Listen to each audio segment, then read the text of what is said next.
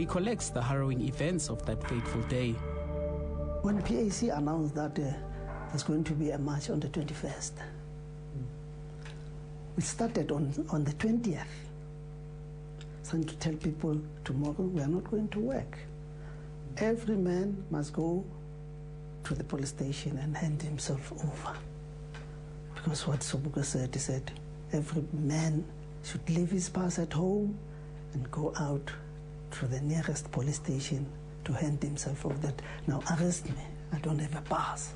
At the police station, sometimes people singing and making noise, Isoleto, and all that. Then there were 3 airplanes that came. There were 3. The one was red in color. They were coming, flying over us, coming down and going up. Now people were ululating, like women were also involved now. Small children were there, shouting, Isoleto. Others were throwing their caps up and all that. You see now, it was a jolly mood and everybody was happy. Sadly, the chanting of freedom songs and slogans was to be short-lived. Next thing, see, people were arranging, this police were arranging. Then people were shouting, oh, they are just scaring us off. They are trying to scare us and all that. In a minute, one just put up his hand. Then the bullets went. So others at the back, they were shouting, they are scaring us. This one went to move out. They can't. They were shot in the front. Then when other people started to see there's blood, started to run around. There was a noise of all that shouting.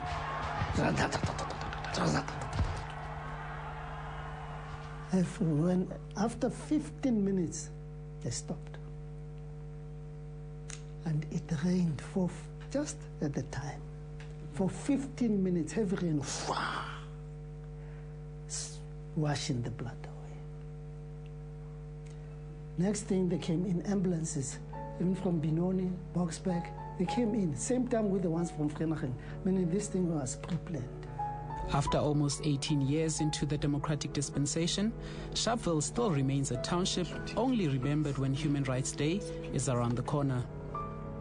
Mostly in Sharpeville is still the same. The life is still the same. You can also judge the roads if you move around to see. They are not being tarred. There's nothing. It's only big streets where they are mostly transport is going, taxis and all that. But usually around Sharpeville, it seems it's a long old place, dilapidated. It's been left just like that. Mr. Maketi was only 17 years old at the time of the Sharpeville Massacre. 52 years later, he takes us back to a place where history was to be written. The Salvation Army Church was still standing in 1960. From there it was open space.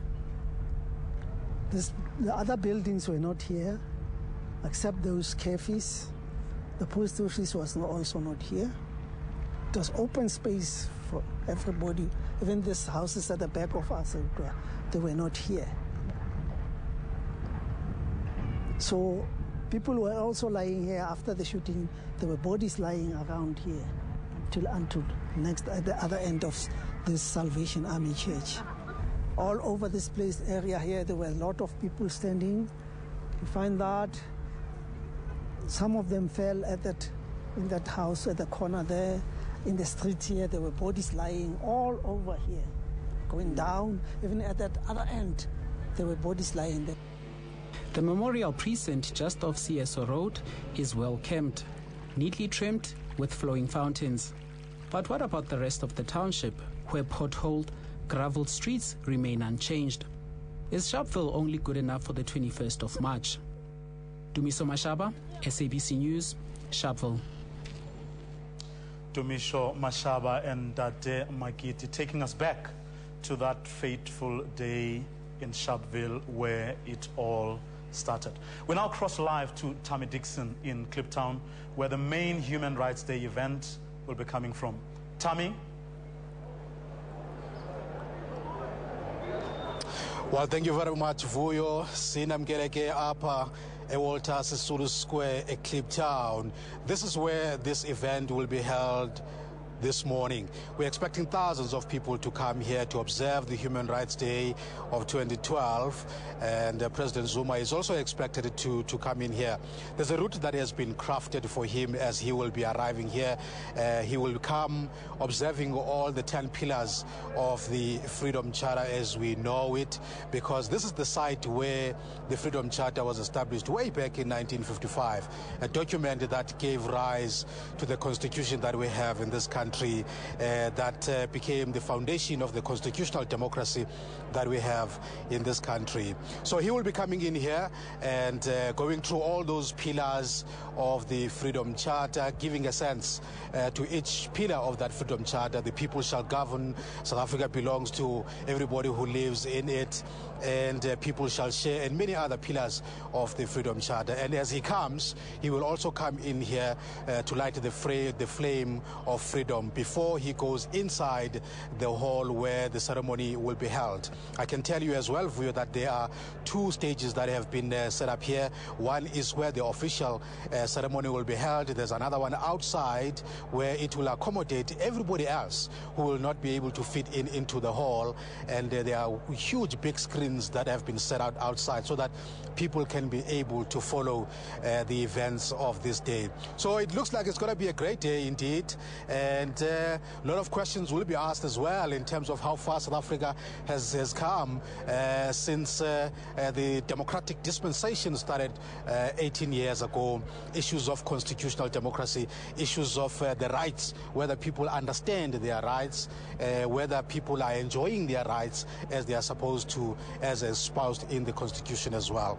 So we will be here, we'll be talking to quite a lot of people who will be coming here, getting a sense of whether they appreciate where we are right now, whether they appreciate the rights that we have, whether they mean anything to them. All of those kind of issues we'll be dealing with as we stand outside this venue where the official ceremony will be held.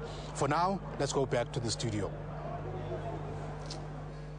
Thanks there to Tammy Dixon, our correspondent who is in Kliptown, giving us a sense of what's to come in the next couple of hours at the venue where the main ceremony will be held, where, of course, President Jacob Zuma will deliver the keynote address. Well, the PAC's call that Africans defy the past laws, the linchpin of the apartheid system, was also heeded in Cape Town's Langa township. When the news of the Sharpeville Massacre reached the township's residents, 5,000 protesters gathered at the Langa Flats bus terminus, an act that was in direct defiance of the government's countrywide ban on public meetings and gatherings of more than 10 persons. Our journalist, Asanda Magaga, revisits that day. It was an evening few in this township will ever forget in their lifetime. They came in their thousands. Most had already heard of the massacre in Sharpeville. We heard about this Sharpeville now in the afternoon. There was a feeling that there was a spirit, an atmosphere of disbelief. Most of us, we did not think that the system would go so far to kill so many people. The police arrived on Saracens with Sten guns and ordered the crowd to disperse. With the crowd refusing to retreat, they charged with batons, tear gas and guns. Man, it didn't take more than 5 minutes. Then the Saracens then began to run. Pa, pa, pa, pa, pa, pa, pa. Then we started running now from all directions. There were guys who were staying, who were watching the thing on top of the flats. Then they started now falling down. The death toll by the end of the day in Langa was 3. Cornwell Chuma, Leonard Mncube, and C. Makiwane. 50 years later, a monument was unveiled by the government in remembrance of the people who lost their lives, and as a reminder that the struggle for human rights and human dignity is a continuing struggle. But it would seem not much has changed in this township. The poor still live in shacks. those shoved aside during the apartheid era, and those who continue to pour into the cities on their hunt for work, a home and a future. A recent shack fire brought home the truth of how far behind the community lags in terms of development. Almost daily, the residents of Langa wonder if the township's development is fitting for a place as historical as theirs.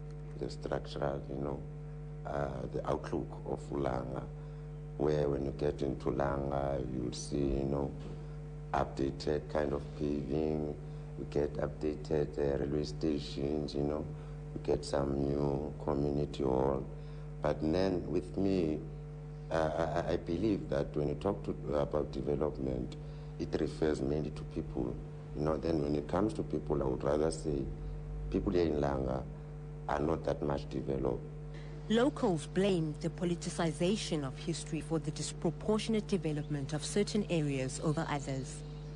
Several groups of people have been recognized for their war against the apartheid system. So these are the things then that sometimes we feel then that sometimes they say history will tell tales. But the tales then that we are being told here are not historically tales, are the tales then that come from the people who want to distort history. In spite of the many challenges faced by the residents, they still have courage and hope. Asanda Magaqa, SABC News, Cape Town. Asanda Magaqa in Cape Town, bringing us that report from survivor of the Langa massacre, as well as those who are active in this area, trying to make sure that that day is remembered, but also that the hopes, feelings, and aspirations of those who are living now are actually taken into account. We now cross live to our reporter, Crystal Odison, who is in Langa. Crystal, good morning. How's the mood in the township? Good morning, Vuyo. It's a day of celebration, but also remembering the fallen heroes of the PAC. It's a largely PAC gathering.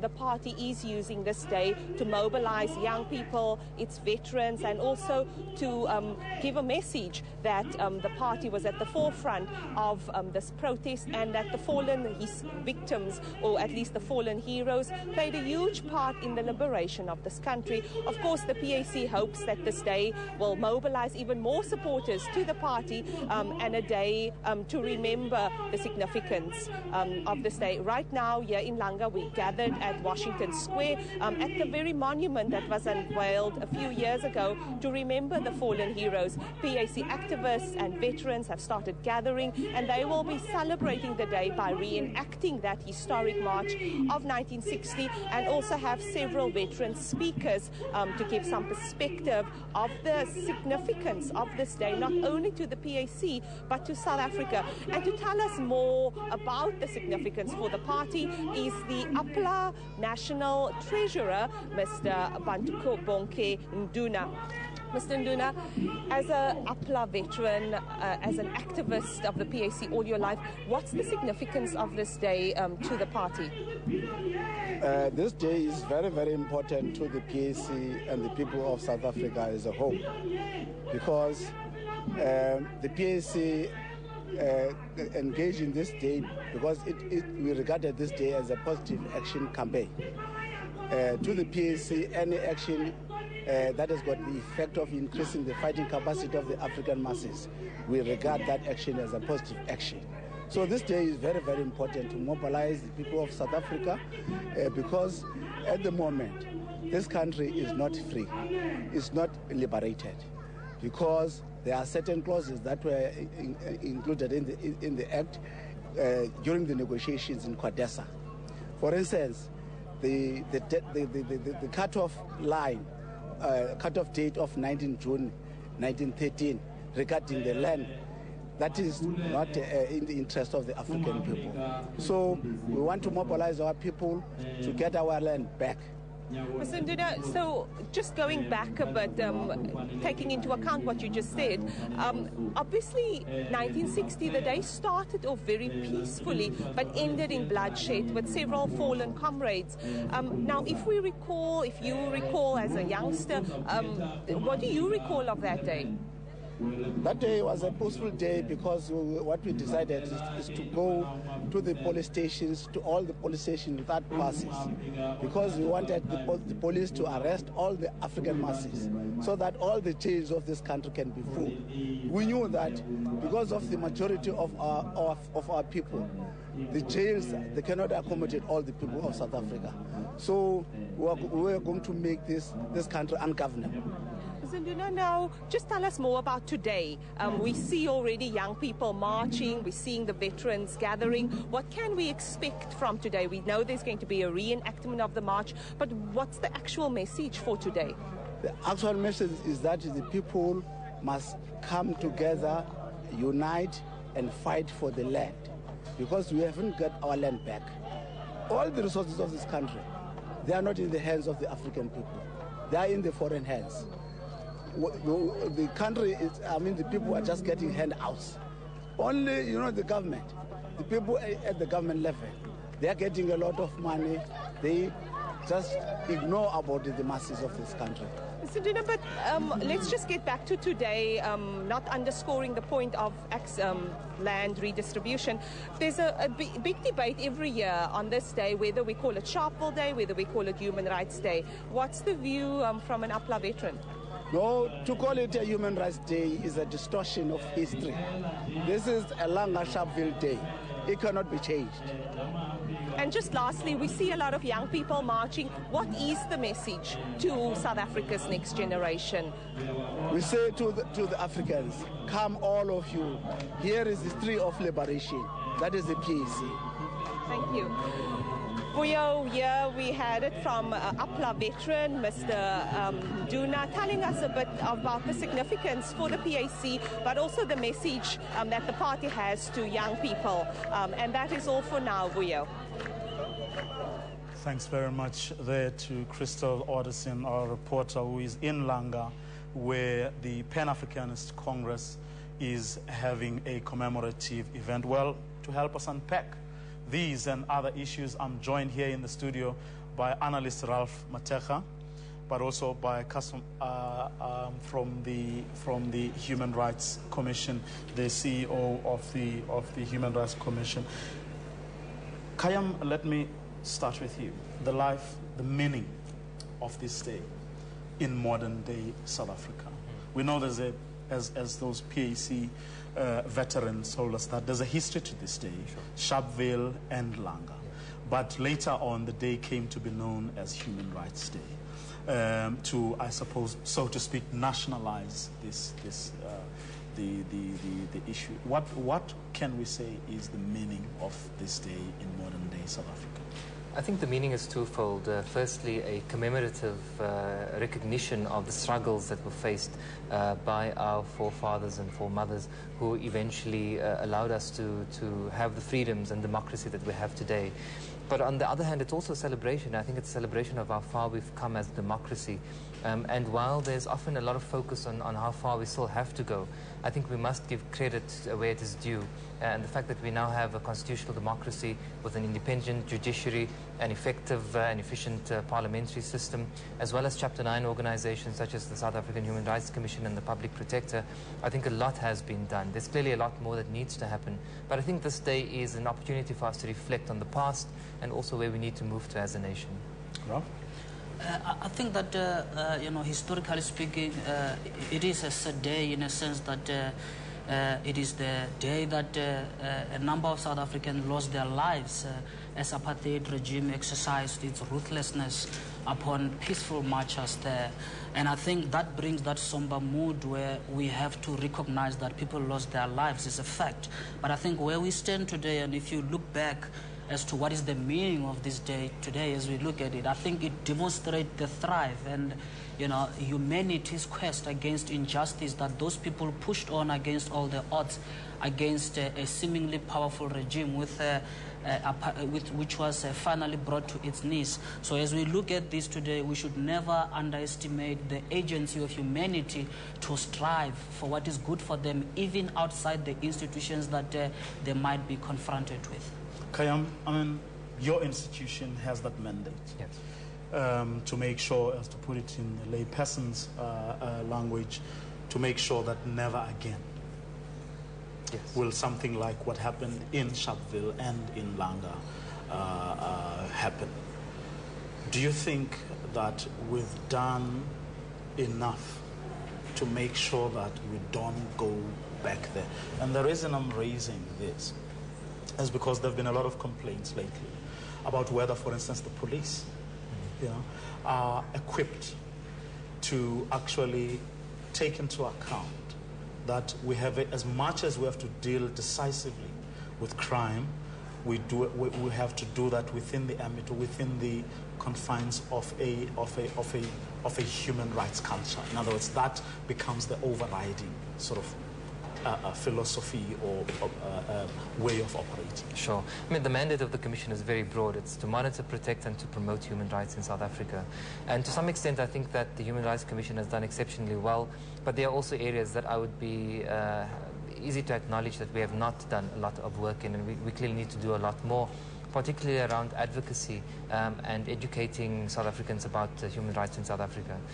But with respect to your specific question around police activities, we're currently dealing with 3 matters involving police brutality or allegations of police brutality against protesters who were protesting for basic services and service delivery issues.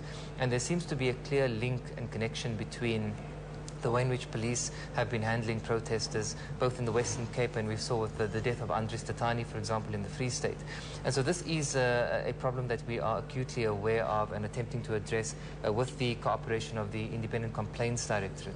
But I do believe that we have a long way to go in terms of addressing these issues. I think there's a mind shift that needs to take place within the police services from pre-apartheid to where we are now. And I think that perhaps has not happened yet, and a lot more work needs to be done there.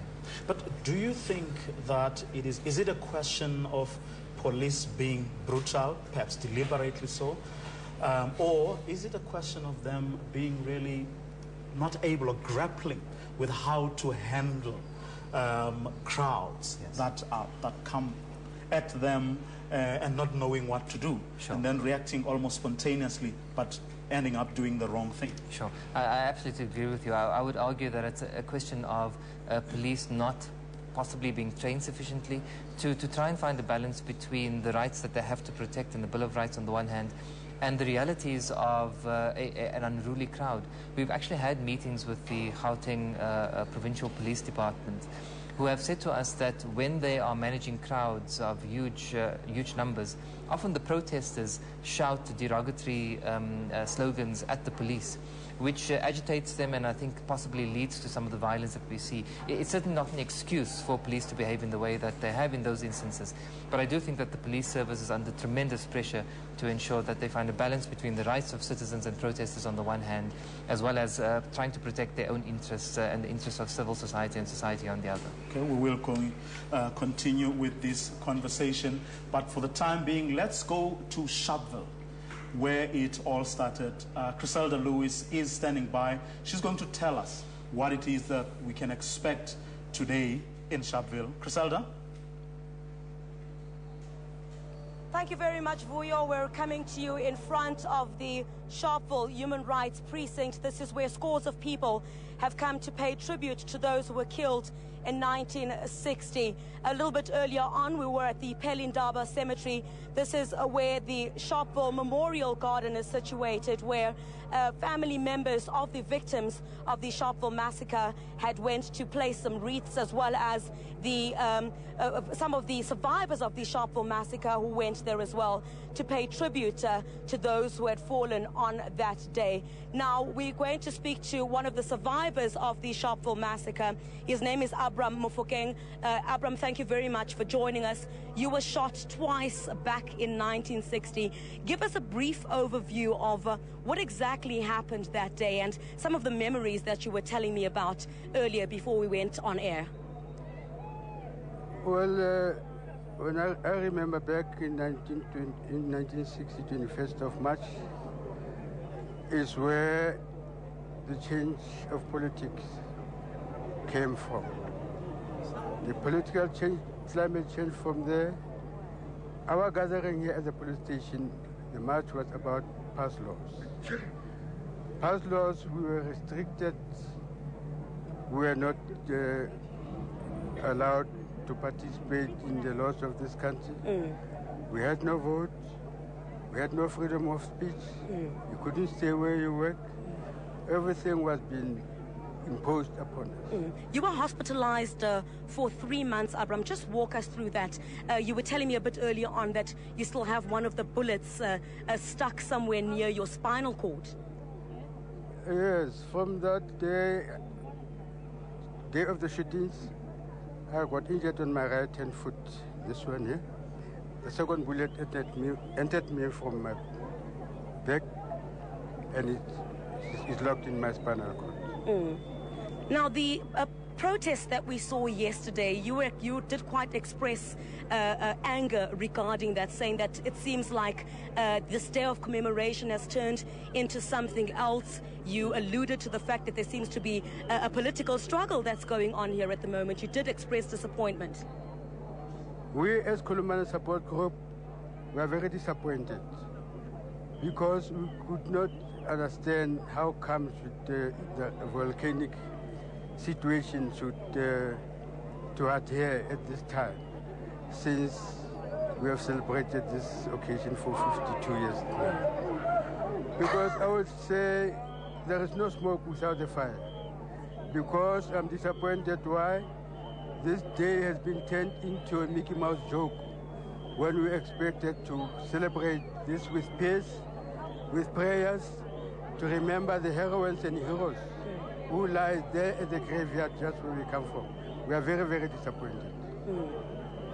With regard to development in this area, Abram, just before we move to one of the family members, with regard to development in this area, back then you were demonstrating against the passbooks which you had to carry at the time. In terms of development in this area since 1960, has there been any? Are you satisfied as the community with what's been done since then? Because you're fighting a totally different cause now. Well, we come from a long way as far as development is concerned. It's coming at a very slow pace. But for the past 2 years, 3 years, we are beginning to see some change. We're beginning to see some people or the councillors doing something that may be acceptable to the residents. Thank you very much, Abram. I'm not sure if you can hear me there in the studio, Vuyo. There's demonstrations that are taking place here, but unlike the demonstrations that took place into the early hours of this morning, where there was violence at about 3 o'clock this morning when we were making our way to our first location, they were still burning tires in the streets and blockading the streets as well. But let's talk to someone else as well who lost a loved one in the 1960 Sharpeville Massacre. Margaret, thank you very much for joining us. Ubusixelele sisi a bit earlier on yokuthi wena you've come here to commemorate and to pay tribute to your loved one today human rights sis. Yebo mama. Mina ngimela lapha ngizokhumbula umama owasishiya wawa emgqeni. Ngoku kaloku sizokhumbula elo langa. Ngingumntana wakhe wokuqala owesibili owasala ebekwe ngomuva yena akekho kwakhe lena manje ke siyasahlupheka siyasahlupheka saphila kabuhlungu lento lana seziyenza inxeba yazi angazi singakutshela ngathi silimele kufika namhlanje siloko silimele nasikhumbula lelanga leli ukuthi umama abengekho kupolitiki abengekho kwiini nje into abekhona kulomzabalazo womuzi we community manje ke wawa lapho emgceni Margaret, uziva kanjani wena yokuthi event le yenzakalayo commemoration yile eyona yile yase Kliptown eyenzakalayo uziva unjani njengomuntu wase Sharpeville? Mama, ngoba sengize nginesifo senhliziyo. Lento zanyangiphatha kahle. Kuye kwathi ngabe nyafa. Ukukhumbula ukuthi umoya wabantu ebasala ngalelo langa lelo udlala ngabo namhlanje ungeke uthathe umsebenzi wakho ukuyenze next door. Ufanele umsebenzi wakho uyenze ejardini lakho.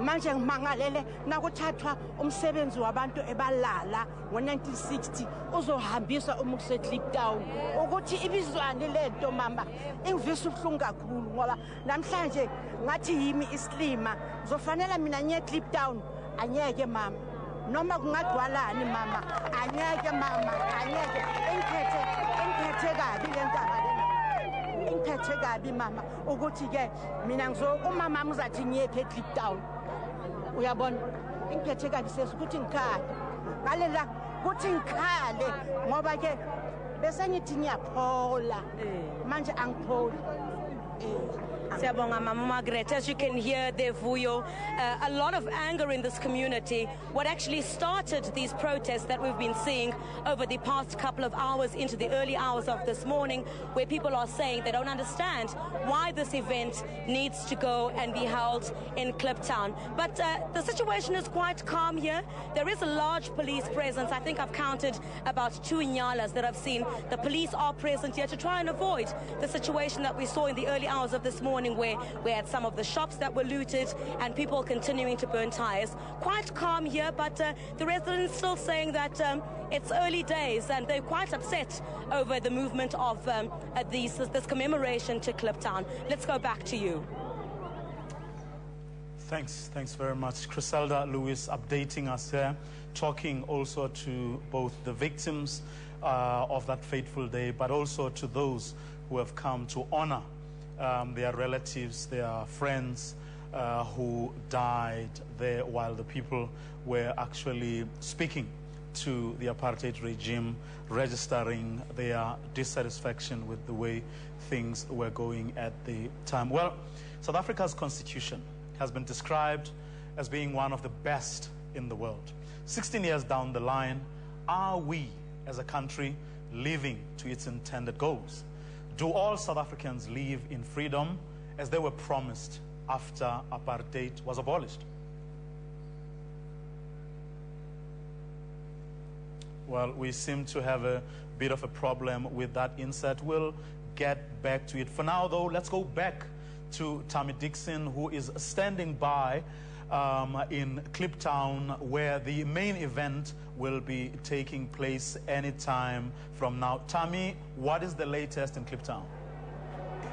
Well, thank you very much, Vuyo. The latest here in Kliptown is that the leadership of the country, the President of the Republic, the Honorable Jacob Zuma and his deputy, Tade Kgalema Motlanthe, and they've taken a walkabout now around the square here. As you know, that this is quite very rich in the political history of our country. This is where the Freedom Charter was launched way back in 1955, and subsequent to that, this square has been developed now, and there are pillars of freedom which are signaling the importance of each clause in the Freedom Charter, the 10 pillars of freedom. Now, the President and the entire leadership, they have now taken a walkabout around here, looking at all these pillars, the significance thereof. And after that, he came in here. There's a tower here just in front of us where he lit the flame. Now, to get a sense of all of this, I have a pleasure of talking to the chief whip of the ruling party in Parliament, and Tate Matole Motshekga, who's going to help us to understand the context of the Human Rights Day as we celebrate it today. And Tate, thank you very much for giving us the time to talk to you. Thank you, and thank you to the listeners. Now, we have come a long way, 18 years of democratic dispensation. Would you agree? Certainly, we have come a long way. And as you know, we are even celebrating this year the 100 years of selfless struggle that brought us where we are. But it is important to know that before the democratic breakthrough of democracy in 1994. There were struggles which were waged, starting with the wars of resistance. And when our kingdoms were defeated at the turn of the 19th century, our people did not give up the fight. They ensured that they embark on peaceful demonstrations. That's why as early as 1913, after the formation of the African National Congress, the women in the Free State were able to mount anti-pass demonstration. So the Sharpeville anti-pass demonstration in 1960 was a culmination of a long and protracted struggle. Now the killing of 69 residents in Sharpeville and wounding of 186 unarmed people was the most horrific and barbarous act on the part of the apartheid regime. So today, in commemorating this day, it is a great reminder to us that never again should we allow our country to deteriorate into such a situation. Now, there's talking about Sharpeville. As you know, there's quite a lot of unhappiness in Sharpeville today because this event, as we know, traditionally is always held in Sharpeville, but now it has been shifted or moved to Kliptown, and that has created quite a lot of anger among people there in Sharpeville. How would you explain this shift so that people can understand really what really happened? With the greatest respect to the people of Sharpeville, the government didn't make a mistake by shifting the commemoration to Walter Sisulu Square. Perhaps our communication was not adequate, but this morning the presidential spokesperson did clarify that shifting the commemoration to Walter Sisulu Square does not diminish the significance of Sharpeville. Instead, it is a recognition that what happened in Sharpeville was an integral part of a broad struggle of the people of South Africa. So I think that the residents of Sharpeville should take pride in the fact that their contribution to the struggle is elevated and is also recognized at a national level, but also important. That struggle is important in the sense that it also elevated the human rights question to the UN level, to the OEU level. So it has ceased to be a local event. It is both a Sharpeville Day, a South African Day, an African and World Day. I think if the communication was not adequate, we should say sorry to the people of Sharpeville, but there was nothing that government did to undermine them. Now, we do know that if we look at the Constitution a little bit, we do know that the Constitution of our country does enshrine human rights. So we've got a Bill of Rights. People now have rights for almost everything in the country. But how do you explain these rights that are enshrined in the Constitution and the fact that we still have a lot of inequalities in this country, people still living in poverty and people unemployed and so on? How does that talk to the material conditions of people?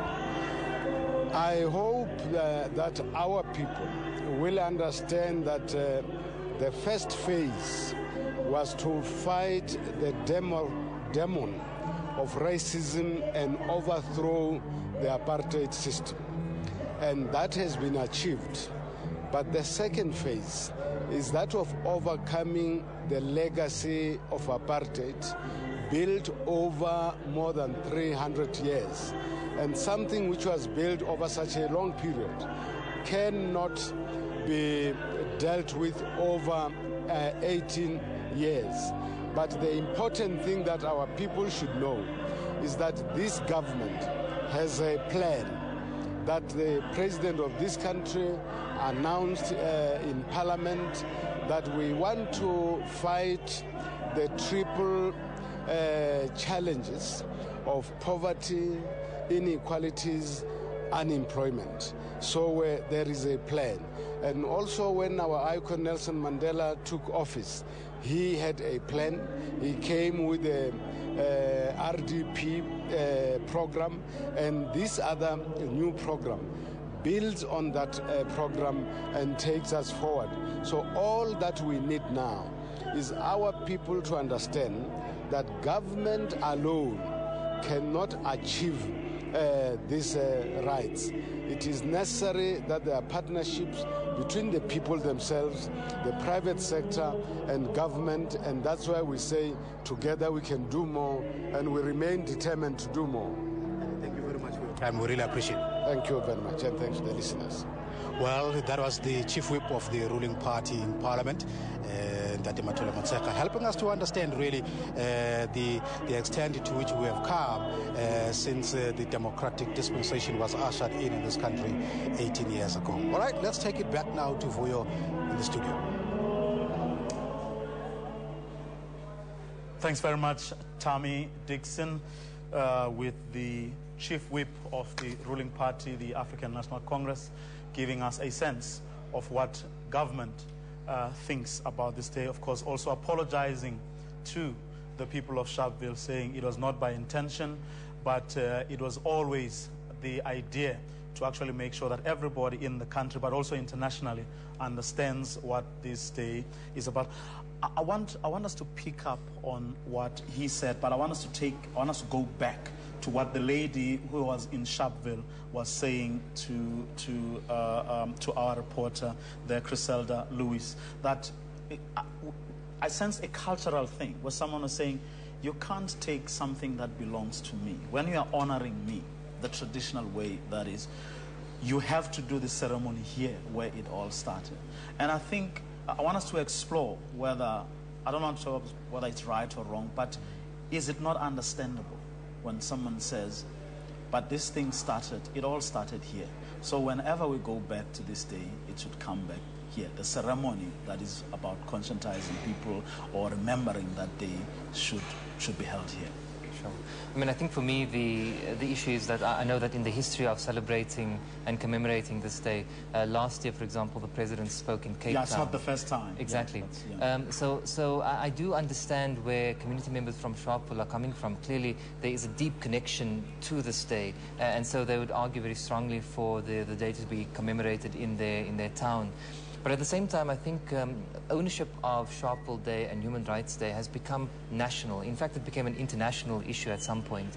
And so, as Matolo Motsecha was saying. Absolutely. So to some extent, I must say that I agree with the chief whip of the majority party in this instance. I think that the government does have an obligation to ensure that South Africans generally are conscientized around Human Rights Day, and that where the event takes place is not as much an issue as to how we celebrate this particular day. I think it's about the substance as opposed to the form, and this is what is being captured in the day, in the celebration at least. Then shouldn't then the issue have been how government, actually handles this whole thing? I just don't think there's been enough information given to people about the significance of making this thing a national issue, the significance of internationalizing this, but also the fact that it's called Human Rights Day. It's no longer called Sharpeville Day, and that all of that has gotten lost. And I think in some ways, I think the government actually dropped the ball, because I think a campaign should have been kept alive to say this is why we're changing this thing precisely because we believe it is such an important thing that everybody has to buy into it. I think it should not be about the physical space as to where the massacre actually took place. And I think where we are is that the Sharpeville has gained a life of its own that I believe had a better communication been done, as you are correctly saying. The people of Sharpeville should actually feel proud that their display of bravery and the spirit of humanity by then is now being displayed to the entire South Africa, and also being displayed to the entire, to the global community. And I think from that point of view, they should take this with pride, that look at what's going on. But I think it is a question of communication, therefore. And I think the space, bad communication or lack of communication that has accompanied this, has given the impression that the people of Sharpeville are now being written off history, that you are rewriting history and redefining the physical space within which this thing has taken place. They could have done better. Well, we will continue with these conversations. For now, though, let's go over to Crystal Odison, who is in Langa, who's going to give us an update of what has happened from the last time we spoke to her. Crystal? Good morning, Vuyo. Gathering is happening in full force here in Langa, where veterans are now addressing the PAC followers and supporters to tell them more about the significance of this day in this country, not only to the PAC supporters, but also to South Africa. A peaceful event against past laws turning violent, and it's a day of remembrance here in Langa at Washington Square, at a special monument that was actually unveiled to remember the fallen heroes. Vuyo, with me here today, I have a visitor who traveled thousands of kilometers from Zimbabwe, a member of the Zimbabwean Pan-Africanist Youth Agenda, who is in fact the special speaker at today's event, Mr. Kwanisai Mafa. Mr. Mafa, you've come all the way from Zimbabwe. What is your message here to the PAC faithful in Langa today? Okay, I'm here at the invitation of PAC leadership. My message here is to come and deepen and strengthen ties with PAC. As you know, PAC has been an ally of Zimbabwe even the days of the liberation struggle. So we just feel that there's unfinished business here with in South Africa.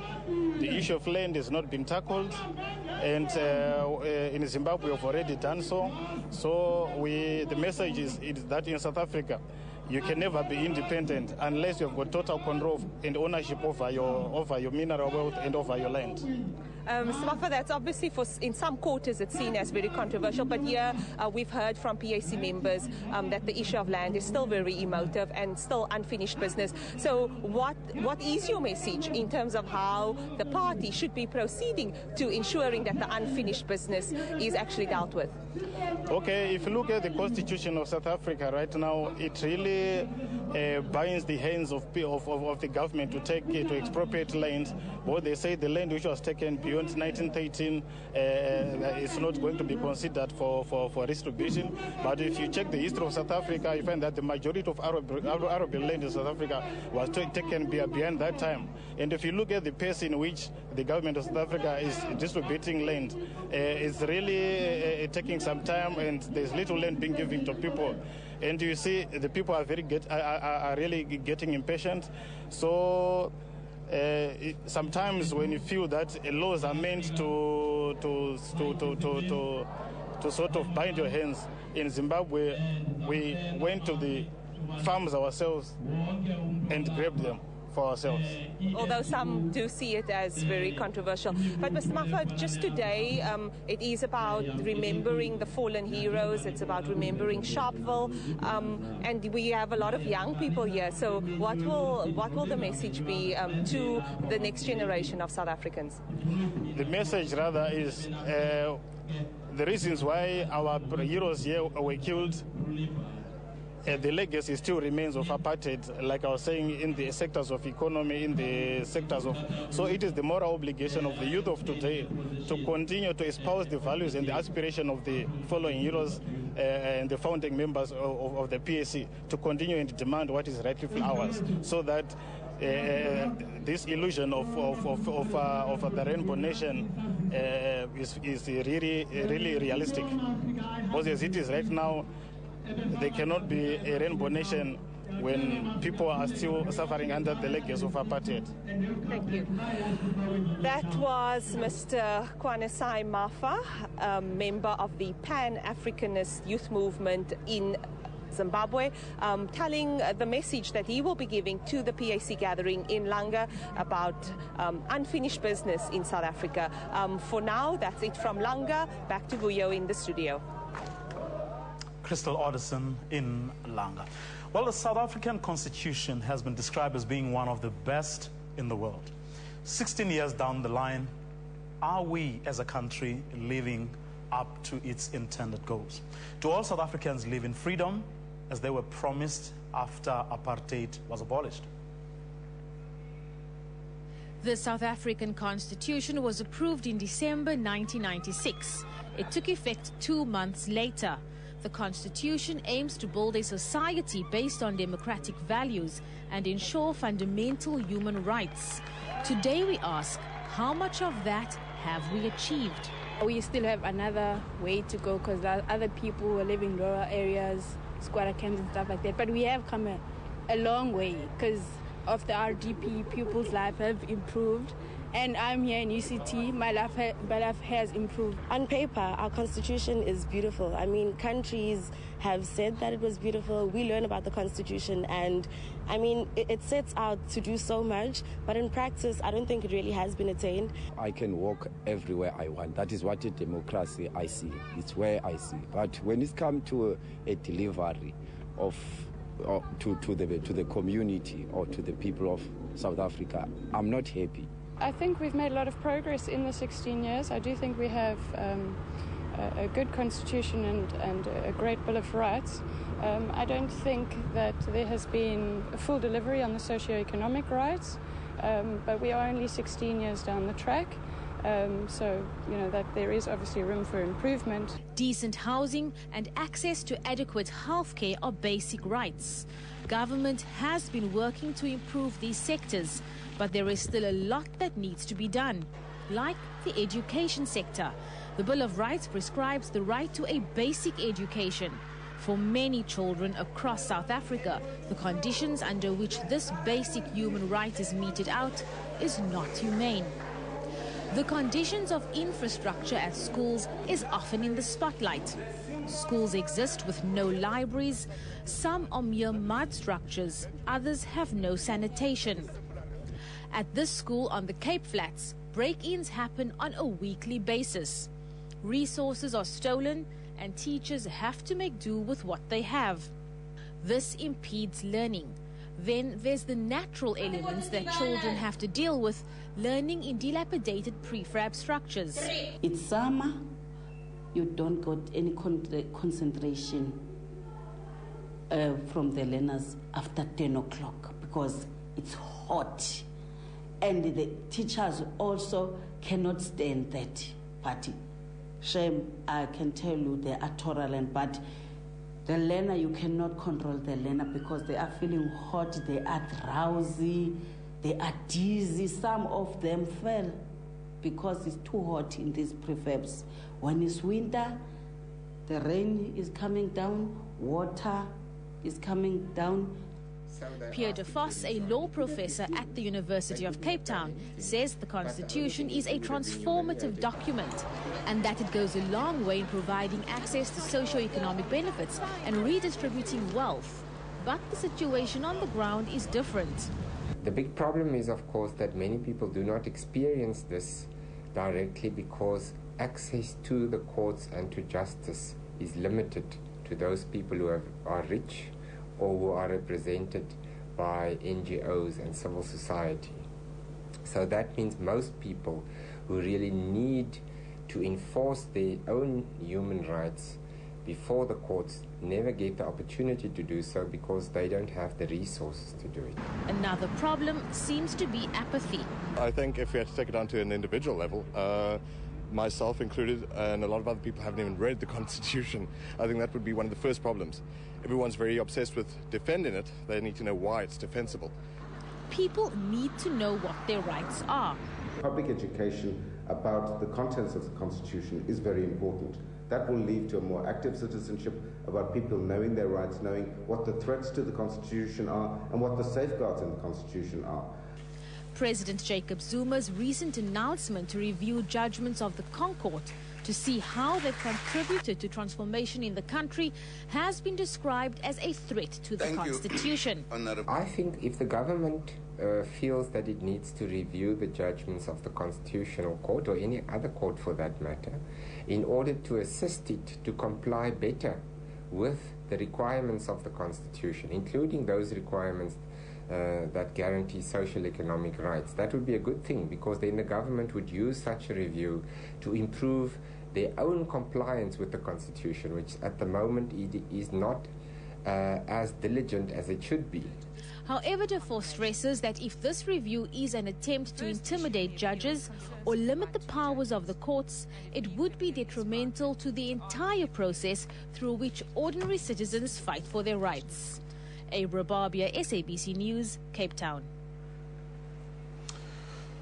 Welcome back. You are watching a live broadcast of Human Rights Day activities taking place across the countries. We do have a few reporters in Langa, in Cape Town, but also in Sharpeville, as well as in Kliptown, bringing us the latest updates on what is happening from where they are coming. But here in the studio, of course, I do have Kaim and Ralph, who are helping us interpret or dissect some of the things, but also pick up on some of the points that are being raised in both these, in the insets that we are playing for you, but also in what some of the people we have as guests have to say. And I want us to pick up on some of the issues that are raised in the inset that has just been played. And starting with you, Kaim, human rights. What do we mean by human rights in 2012 in South Africa? Sure. I think the question is an important one, given that there are many people in South Africa who are not familiar with what their human rights are. And the Bill of Rights, of course, in the Constitution articulates very clearly what those rights are. One of the things which I'm deeply concerned about, and which I gather from the inserts that you've been playing, is that there appears to be a divide between the rights articulated in the Constitution on the one hand and the lived realities of people on the ground on the other. Most South Africans, for example, are in favor of the death penalty. Most South Africans are opposed to gay marriage, and yet these are the rights enshrined in the Constitution. And how do we bridge this divide? And I think that's one of the critical issues for me at the moment. Prof? You know, I think there is indeed a gap between what people are experiencing, the reality they're experiencing on the ground, and what is enshrined in the Constitution. And I think from that point of view, we need to capture the fact that the Constitution is not a policy document. The Constitution will not directly lead to particular good in a sense that you will expect from a policy document. What it does is that it provides a vision that still needs to be realized through policy implementation. What needs to be done, rather, is to intensify policy implementation to address some of those problems at the grassroots level that affect majority of the people. Because I think the more this gap develops, the more the reality on the ground and what is enshrined in the Constitution become too diverse. You have a situation where the Constitution comes under risk of not being defended by a majority of South Africans, which I think is what we are facing at this point. Kaim, I mean, part of your mandate, is to actually make people aware of their rights and how they can, where are these gaps that Ralph is talking about, just from what you've seen over the past couple of years? Sure. Over the past month, in fact, the Human Rights Commission has been working very closely on issues around access to water and sanitation. So we visited Ramalutsi in the Free State and Makaza in the Western Cape, two areas where we had made findings against the municipality for building toilets without enclosures. And when we engaged with those community members and the municipality in those instances, we discovered that there was a huge amount of hostility and anger towards the municipalities, which was evident amongst community members, and understandably so. Given a report that has now been released by the Department of Performance Monitoring and Evaluation, which the Human Rights Commission had asked them to do, we find that you need about 45 billion rand to fix the issue around sanitation in South Africa. At the moment, municipalities are given about 40 billion.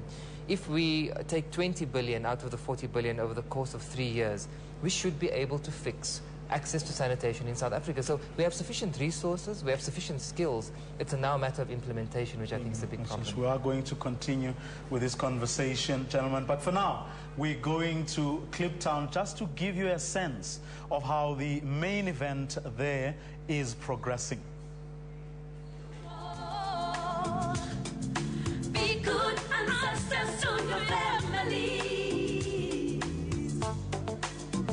Sizadala naso sonke isikhathi.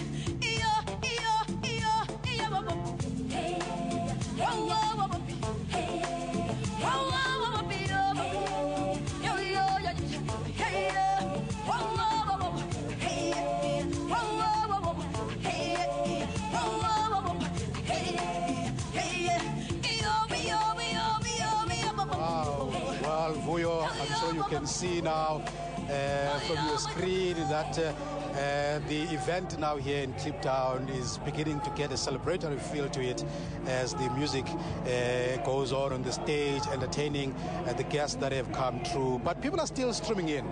People are still streaming in. As you can see here, there's a long queue outside the venue where the event is going to be held. People waiting for their turn to come inside. The leadership is already inside. 500 guests are already seated inside. This hall here can take up to 1,500 people. That's the capacity of this hall. Maybe that's why you can see that there's quite a lot of people who are streaming in now to listen to the speeches that will be delivered a little later on.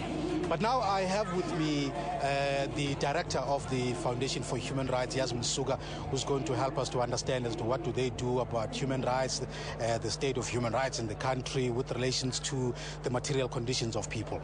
Madam, thank you very much for giving us the time to talk to you. Thank you, and good morning to all your listeners. Tell us a little bit about what you do as the foundation. Well, the foundation is an independent institution that was set up in 1996 after the transition by the government of President Mandela and the European Union. And its primary aim was, of course, to address the legacy of the past and, of course, to build a human rights culture in the country. The foundation funds more than 400 civil society organizations, including community-based organizations who do human rights work in the country. So it's probably the premier grant maker to the human rights sector in South Africa. Now, from the independent point of view, how do you see the state of human rights in the country? We know that human rights are enshrined in the Constitution, but when you look at these human rights in terms of what they mean to people, what do you make of that as the foundation? Well, I think the first thing to say is that today we are at Kliptown, where the Freedom Charter was signed in 1955. So in a sense, 17 years down the line, there's a lot to celebrate. But at the same time, I think the big question that remains is access to socioeconomic rights. Education, which was at the heart of the uprising in Grabo yesterday, access to housing, water, electricity, and you look at what's happening in terms of protests around the country, you can't eat the Constitution. And that means we really have to do something about delivering socioeconomic rights to ordinary South Africans. I think another factor, of course, is that we must remember that apartheid was a structural economic system which deprived and dispossessed people of their rights. And so in order to address that, you really need to look at a proper plan and a policy to begin to look at how you undo the structural engineering of more than 350 years. So I think there's a lot of work that we have to do. And if one thinks about the fact that most of our population are young people, more than 60% of them, the question of unemployment, the question of education, which is almost a feeder right for anything that you want to do in your life, these are the things we need to address at this point in time. Thank you very much. Thank you. All right, that's Yasmin Suga from the Foundation for Human Rights, helping us to understand that in as much as we have human rights enshrined in the Constitution, but we still have a challenge of the socio-economic rights. Let's see what's happening now inside the hall on the stage there with the music and the national anthem now.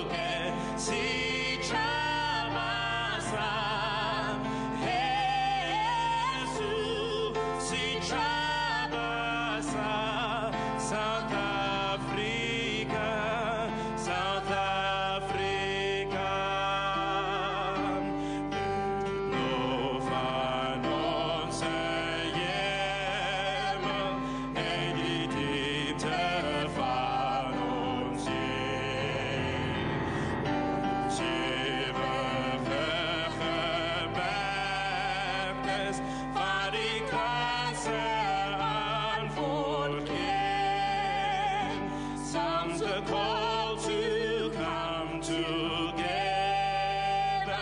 and united we shall stand.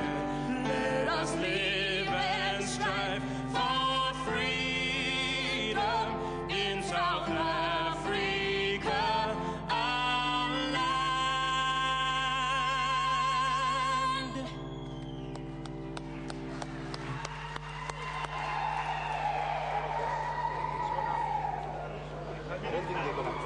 Please be seated.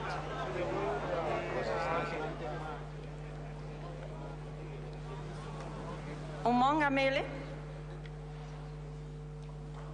iphini likamongameli ngqongqoshe wesifunda sikahulumeni Somlomo Sisulu Somlomo Mashlangu Nduna Nkulu kaGauteng Mamnomvula Mokonyan amalunga weParlamente amalunga wehulumeni wesifundazwe umeya ubaba Parks Tau amalunga wehulumeni wasekhaya regters van ons howe wat verteenwoordig is vandag verteenwoordigers van die huis van tradisionele leiers en lede van politieke partye wat hier verteenwoordig is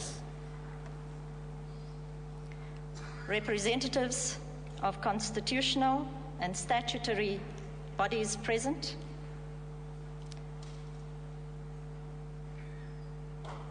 veterans, women's and youth organizations, religious communities present here today, the legal fraternity, members of the media, ladies and gentlemen, honored friends and compatriots, a special welcome to those eminent persons who were delegates to the Congress of the People in 1955 and who are with us today. Op die Menseregtedag groet ek almal met die warmste groete wat ons in hierdie land beskik. Goeiemôre.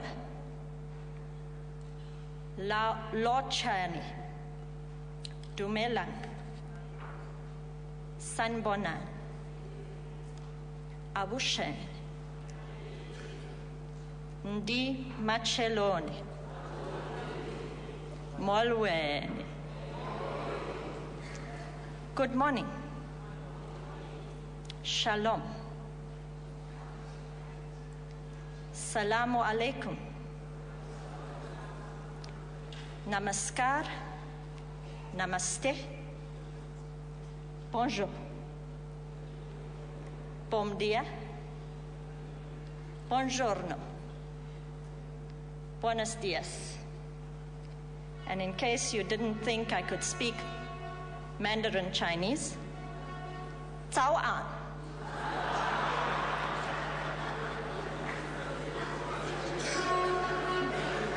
These are just some of the greetings that we hear in downtown Igoli, Ibai, or indeed in eThekwini.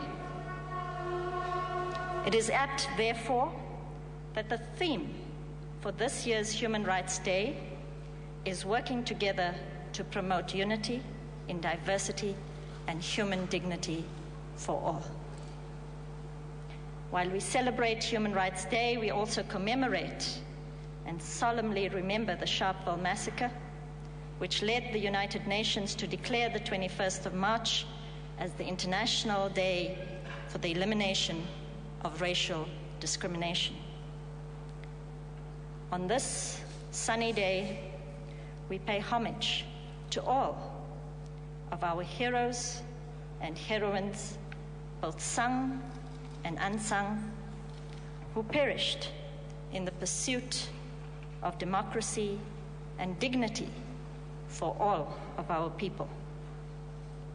In tribute to those who paid the ultimate price, as well as their families who carry the pain of losing their loved ones, let us all now stand and observe a moment of silence.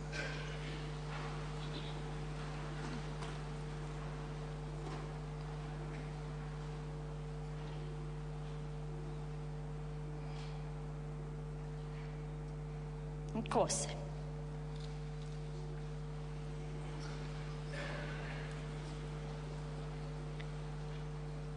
It is befitting, ladies and gentlemen, that we celebrate this Human Rights Day here in Kliptown, at this venue, which is named after our leader, Ubaba Walter Sisulu. A gentle, humble visionary to whom generations yet to come will be indebted for his unwavering commitment to a free and equal society. Today, his dream is 18 years old, and we give thanks for this. This venue played host in 1955 to a gathering of South Africans under the banner of the Congress of the People, organized as it was by the African National Congress, the South African Indian Congress, the Congress of Democrats, and the Colored People's Congress. Here it was that the Freedom Charter was adopted, and to which many of us look to find inspiration and hope in the darkest hours of the struggle for freedom. Given the astonishing and rather tragic events at Grabo in the Western Cape yesterday, we would do well in remembering that, contrary to what some proclaim, this country and her people have many, many more miles to traverse before we can truly say that we are indeed united in our diversity.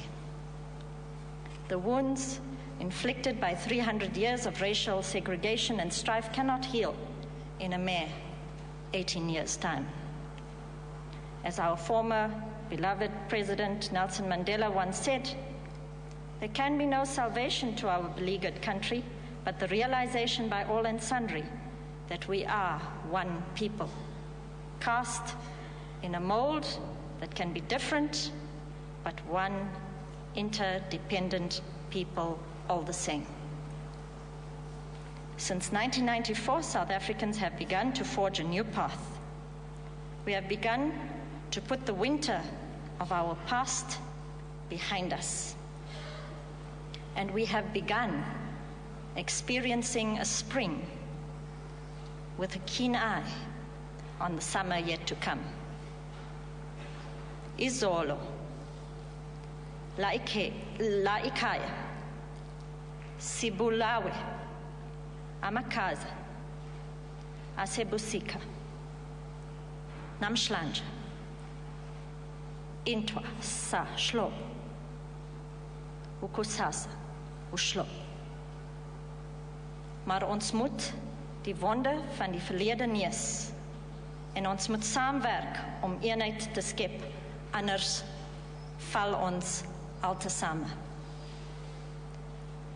Ladies and gentlemen, it is now time for me to invite the Premier of the Gauteng province to do a formal welcome to you all, and may we express, Madam Premier, to you our gratitude for your presence here today and for being such a gracious host.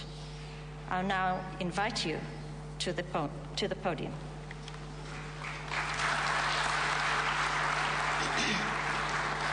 Thank you very much, Program Director, His Excellency, the President of the Republic of South Africa, President Jacob Zuma, His Excellency, the Deputy President of the Republic of South Africa, Deputy President Mr. Kgalema Motlanthe, Minister of Justice and Constitutional Development, Mr. Jeff Khatebe, members of the Diplomatic Corps, the Executive Mayor of the City of Tshwane, Deputy Minister, the Executive Mayor of the City of Johannesburg, Deputy Minister of Basic Education, veterans of our liberation movement, Istwala and Babu Langeni, the family of our leader, Ubabu J.P. Marx, present here, the Speaker of Parliament, the Chairperson of the National Council of Provinces, members of Parliament, members of the legislature, councillors, distinguished guests, fellow South Africans, a very good morning. May I take this opportunity on behalf of the people of Gauteng to welcome all of you here at the square of dedication named after our own leader, our father, Comrade Walter Sisulu, a square of dedication, an assembly of the people of South Africa where they gathered in 1955 to adopt the Freedom Charter, a semblance of a non-racial community united in diversity. This area called Kliptown is what symbolizes unity in diversity, the aspirations of a non-racial society, as well as a sense of hope for those who trade in this precinct and for those who live within this particular precinct, that indeed South Africa belongs to all those who live in it. It was in 1955. We're here today, 2012, to reassert our commitment, but to also celebrate the successes whilst acknowledging that there's still a lot to be done. And we want to ascertain you, Mr. President, the Deputy President, that indeed South Africa shall never be the same again, because we believe firmly that the aspirations that are enshrined in the Freedom Charter and espoused by those who gathered here in 1955 and are now contained in our Constitution is what actually dictates our day-to-day activities as those who have been given the responsibility to lead society towards a better life. And that we will do with humility and remaining in constant contact with our people. And with those few words, I would wish to welcome all of you. Thank you.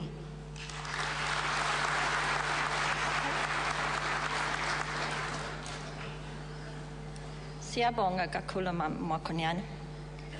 You remind us, ma'am, that South African women are every day taking their rightful place in society in many and diverse fields of endeavor, whether it is politics, medicine, law, business. We now can boast women pilots in this country. We have women judges. We have women surgeons. And we even have women soldiers. To ensure that we move ever forward in achieving these and other milestones, the drafters of our Constitution, some of whom are here with us today, conceived of the institutions to support democracy. One such institution is the South African Human Rights Commission, which is a constitutional body tasked with ensuring that we live up to the vision of a society based on dignity and humanity. I wish to now call upon the Deputy Chairperson of the Human Rights Commission, former Member of Parliament, Commissioner Pregs Govender, to deliver the Commission's message of support.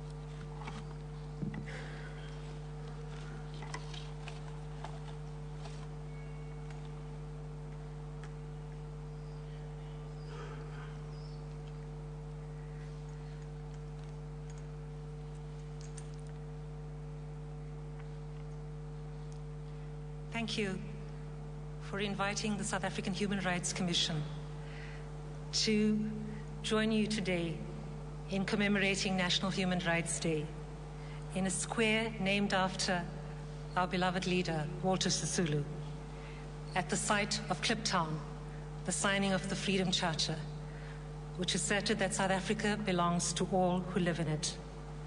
On this day, over half a century ago, 69 unarmed children, women, and men were massacred by apartheid's police in Sharpeville.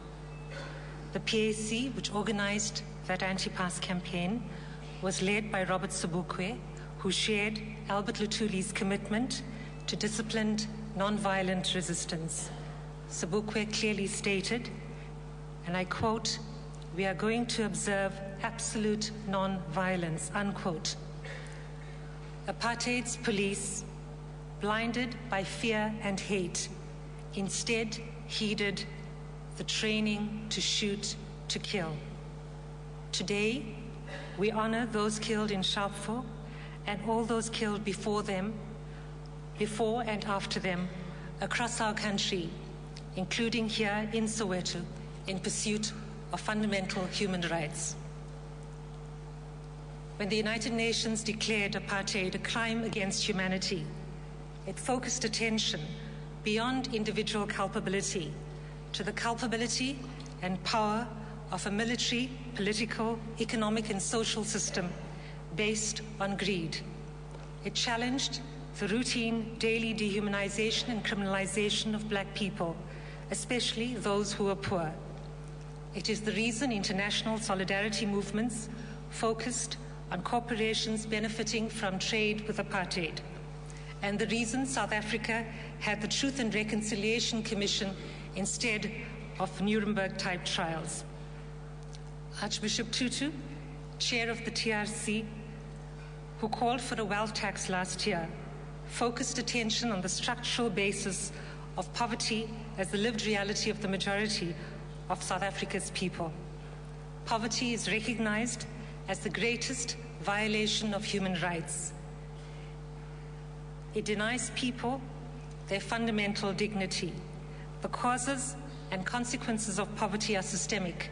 Globally, obscene poverty is built by causing, globally, obscene wealth is built by causing poverty. Apartheid denied people human rights on the basis of race.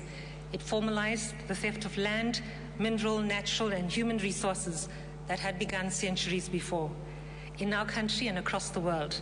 It established homelands as effective dumping grounds for women, children, the elderly, and those injured in regular mining accidents. Single-sex hostels contributed to the destruction of the family system and facilitated the rapid spread of HIV. Apartheid's last state of emergency imprisoned the largest numbers of children in the world. In 1994, the people of South Africa united in voting for our democracy, for Nelson Rolihlahla Mandela as the leader of the ANC and as South Africa's president. We also elected leaders into all political institutions from national to local level. Many of these institutions had, over decades and centuries, entrenched values, priorities, and prejudice against those who were black, poor, female. Those who crafted apartheid's laws and implemented its policies and budgets did not, could not hear the voices and needs of South Africa's people. Our first parliament listened closely and crafted a constitution whose first founding value is human dignity. It is also a substantive right in our Bill of Rights. It asserts that dignity is inherent in every single one of us. In 1994, South Africa also re-entered a global world order that entrenched and deepened existing patterns of unemployment, inequality, and poverty. The result is that many of apartheid's legacies continue. Most of those who live in informal settlements are still young and female, under 30 years old. The overwhelming majority are unemployed. Most are afraid of venturing out of their homes at night, yet have little choice when nature calls.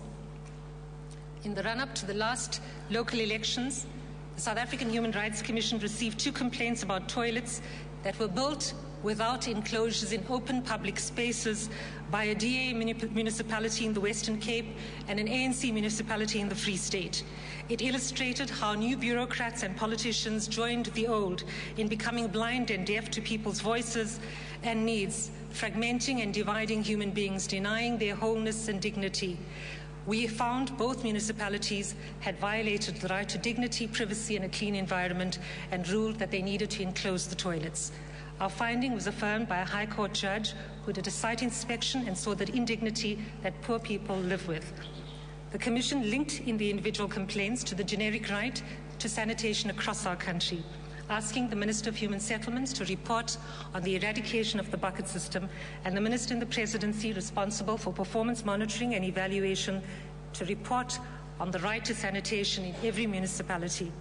Last week, the Commission held a national public hearing on progressive realization, sanitation and dignity. At the hearing, government reported that over 16 million people, most of whom are black, poor and female, in rural and urban areas across South Africa do not enjoy the right to sanitation. Local and national government officials listened during the hearing to community representatives, academics, experts, NGOs. The indivisibility of rights was highlighted, the connection of sanitation to every other right, including the right to water, health, housing, land, education, food, safety and security, particularly for women, children, people with disabilities, the elderly, and those who are ill. An example is that most deaths of children under 5 in our country are caused by preventable waterborne disease caused by lack of access to safe drinking water and a toilet. High rates of gender-based violence are directly linked to the distance women and girls walk for water and sanitation. This is compounded by schools, hospitals, and other public facilities that do not provide adequate water and sanitation. The situation is urgent and cannot continue.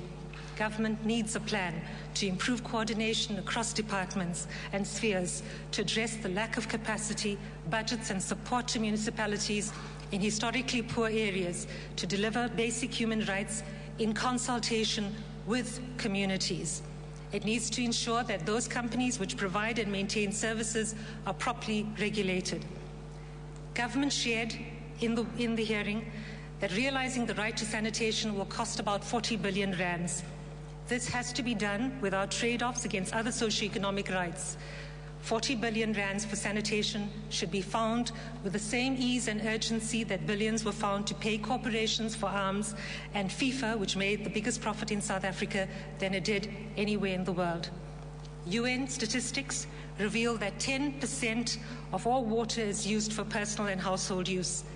The other 90% is used mainly by industry.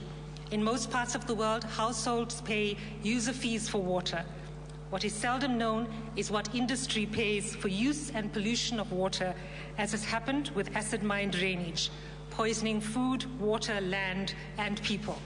Political, economic, trade, finance, and security choices and decisions must be scrutinized for their impact on human rights. I would like to ask each of you to take a moment to recognize and celebrate the dignity that is our birthright, as Mandela did for 27 years, each day, enabling him to walk out of prison, embodying love as the essence of his being.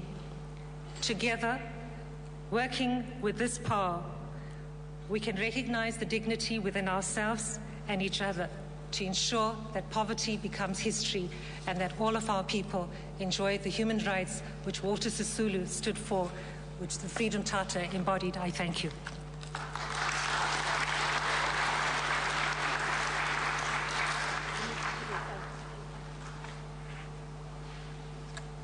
Thank you, Commissioner, for highlighting the very important work of the Human Rights Commission and particularly emphasizing the issue of water and right to access to it.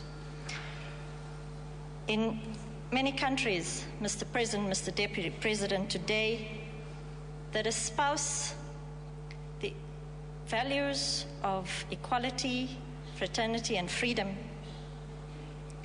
some in those countries are excluded from mainstream society. An example of this are women like me who wear headscarves. It is testament to the strength of our commitment to equality that in this country, anyone can participate fully in society, and anyone can hold a public office, whether it be a judge, a member of parliament, or indeed a cabinet minister.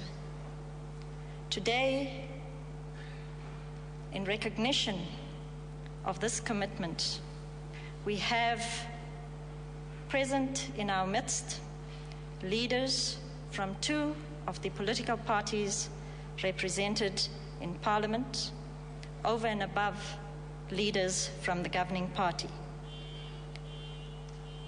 We are very pleased that they are here with us today. We have the leader of COPE and the leader of AZAPO.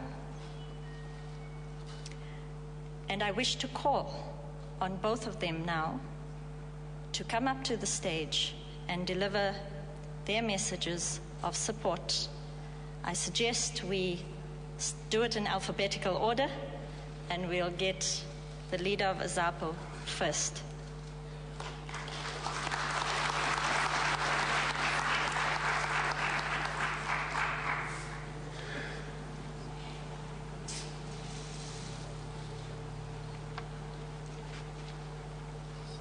Thank you very much, Program Director, Honorable President Zuma, Honorable Deputy President Mutlante, Ministers, Deputy Ministers, Premier of Gauteng, Premier Nomvula Mkonyane, Councillor Parkstow, members of the Diplomatic Corps, all honored guests, fellow South Africans, Dumelang, Lochane.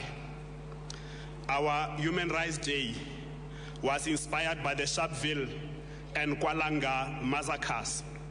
The connection between this day and the massacre of innocent, peaceful, and unarmed people will never and must never be lost. That march against the carrying of passes was part of the broader struggle for liberation, for freedom, for land, for justice, and human rights. This day, therefore, affords us as South Africans an opportunity to reflect on our painful past, to commemorate those who lost life and limb, to bring our country to where it is today. It is also an opportunity for us to boldly declare, never again. It is good that we have rights as a people enshrined in the Constitution. It is also good that South Africans are doing everything possible to enforce their rights. As AZAPO, we want to register our concern at the violence and damage to property that accompany some of the protest actions. As we commemorate and remember our heroes and heroines, Mr. President, there is one particular one that I would like to sing loud. Iso Tshehlo Mokgethi. Comrade Iso died in exile in Botswana in 1987 and was buried at the old Gaborone Cemetery. On Friday, the coming Friday that is, AZAPO and the Mokgethi family will have him exhumed to be reburied at the Avalon Cemetery in Soweto on Saturday. I therefore dedicate this brief address to the late Comrade Iso Mokgethi, a former combatant of the Azanian National Liberation Army, Azanla, and to many others who died, that our country should be where it is. In conclusion, Mr. President, we pray for God's blessings on South Africa and her people. Thank you very much.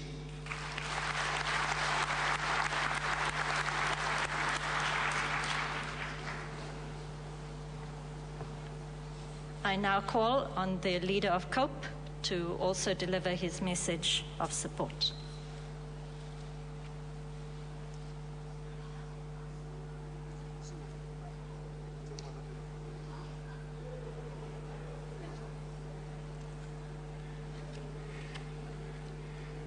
Thank you very much, Program Director.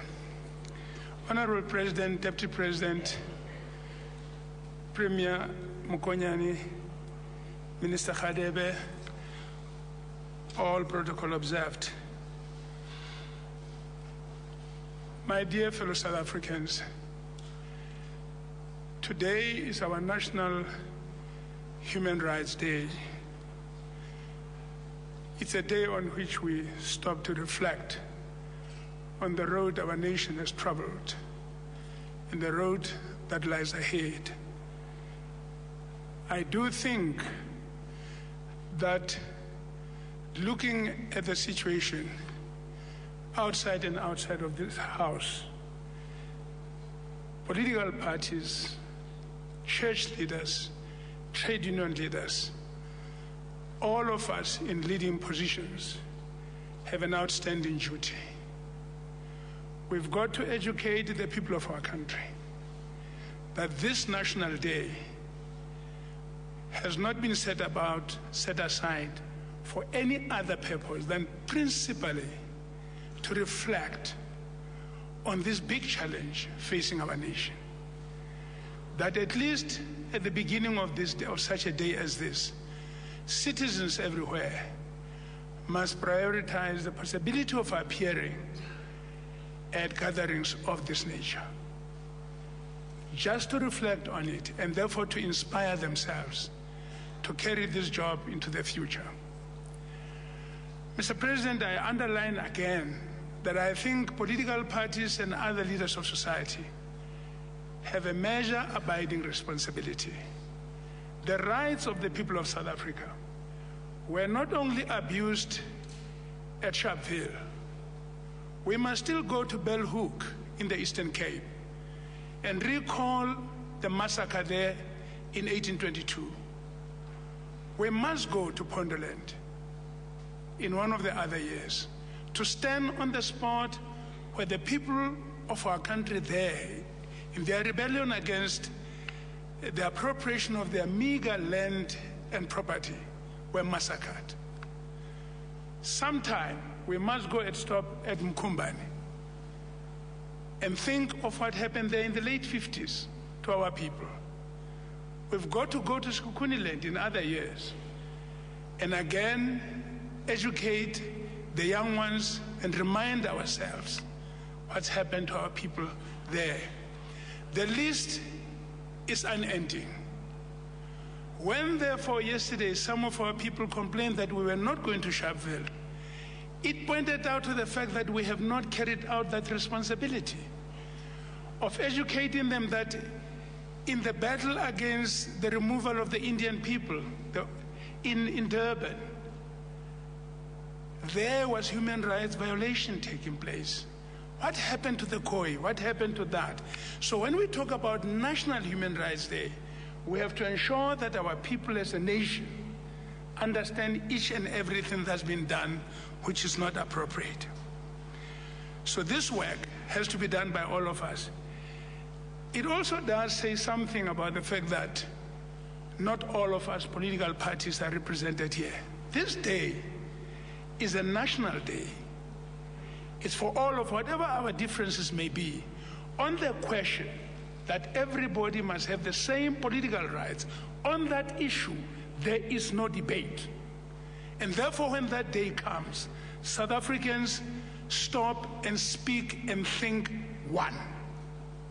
All of us want what I want for me, I want for everybody. What you want for yourself, you want for everybody. This kind of education is something that we must insist, even in the prisons, has got to be carried out. I'm grateful, Mr. President, for the opportunity that we are able to speak here, free, fearless, on this day, on this spot. Because in '55, it was here that the people of South Africa met in a gathering they called the Congress of the People.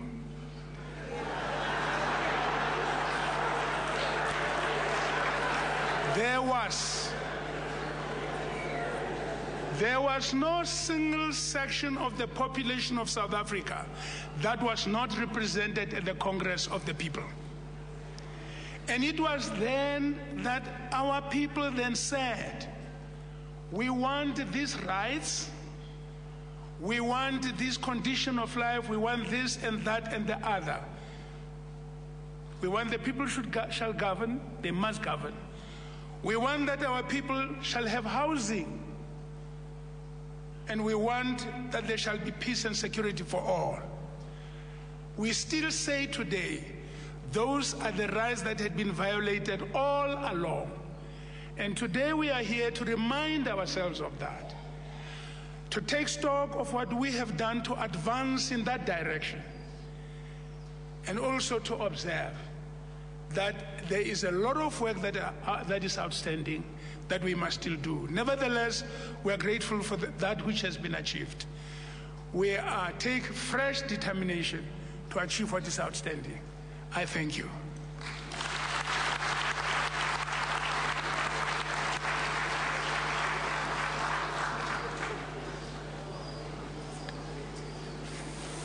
Thank you very much for that message that reinforces the idea that for our country to prosper, we must all share the responsibility of promoting and protecting the rights and values of our Constitution. May I inquire if there are leaders or representatives from the following political parties who are not seated where they should have been seated: the UDM, ACDP, and the Independent Democrats? Not. I then call upon the representative from the governing party, the African National Congress, to also deliver a message of support.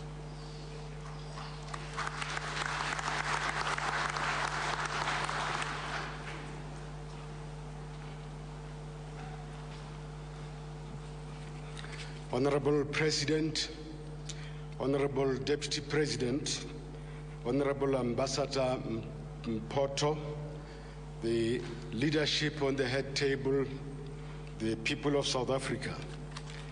The barbaric and senseless killing of 69 unarmed residents of Sharpeville and injury to 186 by the apartheid security forces on the 21st March 1960 was a culmination of colonial and apartheid oppression of African people and forcible control of their movement through past laws. We recall that this inhuman system of governance has its roots in the Calabar introduced by the Treaty of Vereeniging, adopted by the British and Dutch colonialists after the Anglo-Boer War, now South African War of 1899 and 1902. It also resulted from the South African Native Commission, which recommended the territorial separation of black and white people to address the so-called black peril, Swart Gevaar, also known as the native question. The defeat of African kingdoms at the turn of the 19th century marked the end of armed resistance to colonial oppression and the birth of peaceful campaigns for the restoration of social, economic, and political rights of our people. This led to the formation of the African National Congress in 1912. Hardly a year, in 1913, after the formation of the ANC, women in the Orange Free State colony, led by Charlotte Makhomu Manyamatreke and Mamutlakwane, led a protest against past laws in Bloemfontein. This year we are celebrating 100 years of a selfless struggle against colonialism and apartheid oppression by the people of South Africa, Africa, and the world. The democratic breakthrough of 1994 ushered in a dispensation that allows all South Africans, both black and white, to work together peacefully for the creation of a non-racial, non-sexist, democratic, and prosperous society in which the value of every citizen is measured by our common humanity. Against this background, the ANC, together with the people, will continue to strive for the creation of a nation united in its diversity. From its inception, the ANC government, led by our icon Nelson Mandela, made the recovery of the humanity, Ubuntu, Butu, of all South Africans, both black and white, reconciliation and healing of the nation top priorities. The fourth ANC administration under President Jacob Zuma set out to link the recovery of our common humanity, Ubuntu, to the fight against the triple challenge of inequalities, poverty, and unemployment. In pursuit of this vision, the ANC government declared 2011 a year of job creation and transformation of the economy. This fourth administration, led by President Jacob Zuma, consistently maintained that political freedom without economic freedom is empty, and has taken and continues to take practical steps to achieve economic freedom.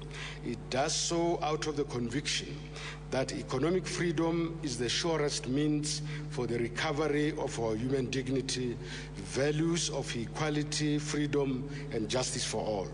The full recognition of these principles requires a transformation of our entire legal system, including the judiciary, to ensure that justice is accessible to all South Africans, both black and white. The ANC reaffirms its commitment to the doctrine of separation of powers as the pillar of our constitutional democracy, and that this doctrine should be refined and clarified to prevent detractors of this democratic dispensation from usurping the powers of one or the other organ of the state and using the judiciary to undermine the very doctrine of separation of powers. In conclusion, Chairperson, allow me to say that the ANC will speed up the transformation of the legal system, including the judiciary, to ensure that our courts are used to enhance access to justice by all South Africans and not to obstruct government efforts to provide quality and affordable services to our people, especially the historically disadvantaged who still live in shacks without electricity, running water, roads, and whose children receive education in mud schools and under trees.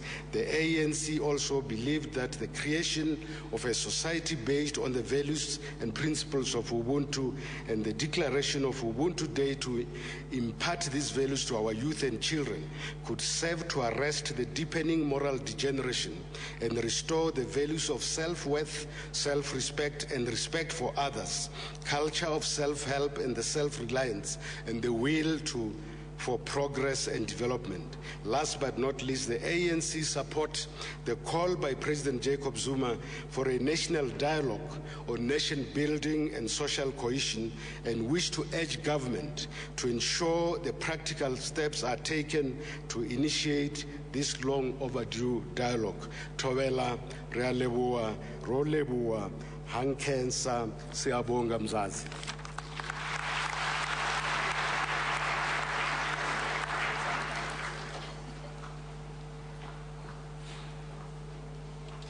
Siyabonga Gaku, or as we say in Tsonga, in Komo, Swinene. South Africa, ladies and gentlemen, remains indebted to many countries internationally, in particular African countries, who supported our liberation movements during difficult times and during the transition to democracy which brought about its own challenges. We are therefore honored that the diplomatic corps is represented here on this occasion. I have the honor and privilege to invite His Excellency, Ambassador B.L. Mpoko of the Democratic Republic of the Congo, to deliver a message of support on behalf of the Diplomatic Corps. Ambassador?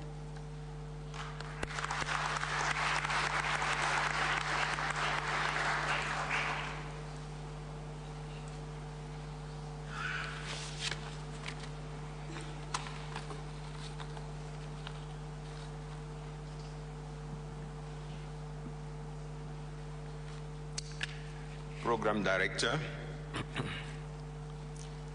Your Excellency, the President of the Republic of South Africa, Your Excellency, the Deputy President of the Republic of South Africa, Honorable Speaker of the Parliament, Honorable Minister of Justice and Constitutional Affairs, Madam Premier, honorable members of the Parliament here present, and honorable ministers and deputy ministers, members of the Diplomatic Corps and international organizations, and dear colleagues, ladies and gentlemen, we are gathered here today to commemorate a very important day in the history of South Africa. The Sharpeville Massacre, as the event has come to be known, signaled the start of an armed resistance by oppressed but incredibly determined people to liberate themselves from a despicable grips of apartheid. The killing of 69 peaceful demonstrators that day prompted a great deal of much-needed worldwide condemnations of extreme, brutally enforced policies of the time. Since 1994, March 21st has been recognized and celebrated as Human Rights Day in South Africa. But additionally, United Nations Educational, Scientific and Cultural Organization, UNESCO, has also proclaimed this day as the International Day for the Elimination of Racial Discrimination. Therefore, as we gather here today in Soweto, we are joined by millions of people around the world to celebrate this very important day. And as a representative of the international community, I'm bringing to you a message of peace, solidarity, and friendship from all citizens of the world.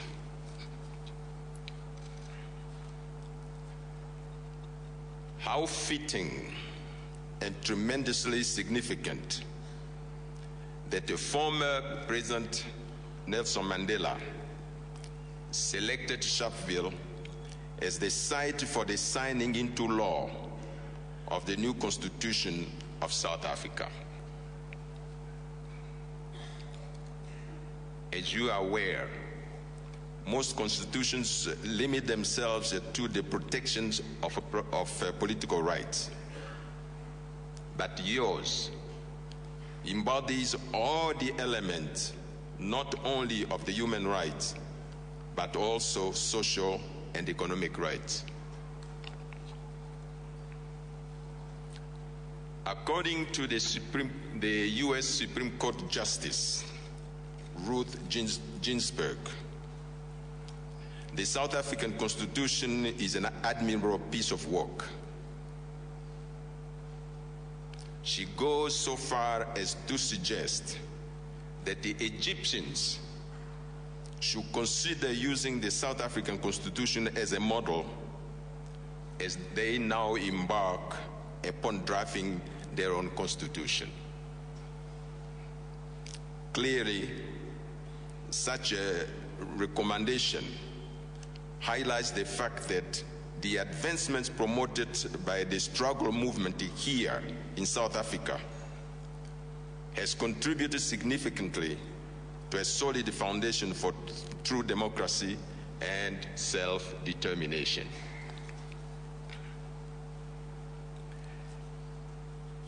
At the recent launch of a new book entitled One Law, One Nation, The Making of the South African Constitution, written by Lauren Siegel and Sharon Court,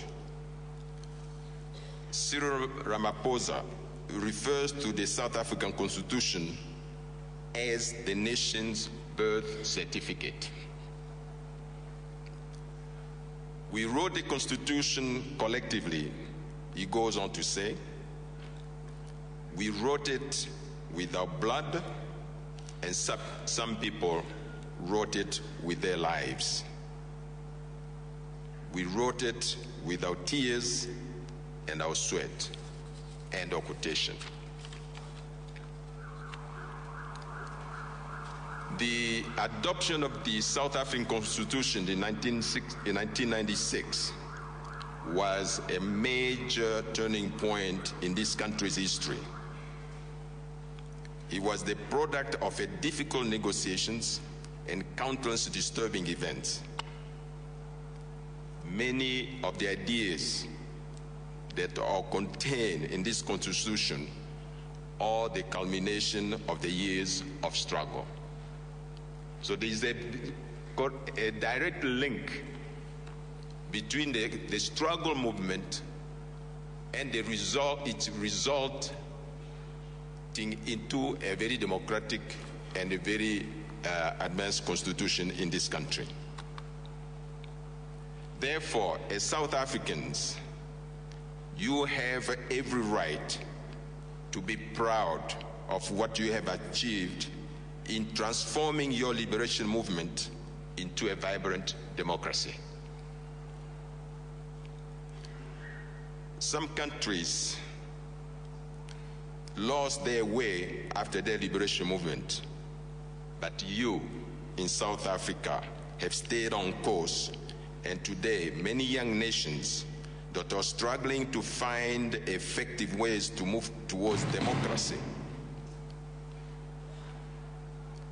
that are struggling to find an effective way to move towards democracy and self-determination, can emulate and be inspired by your example so that they too can one day enjoy the fruit of their nation's birth certificate. And I thank you.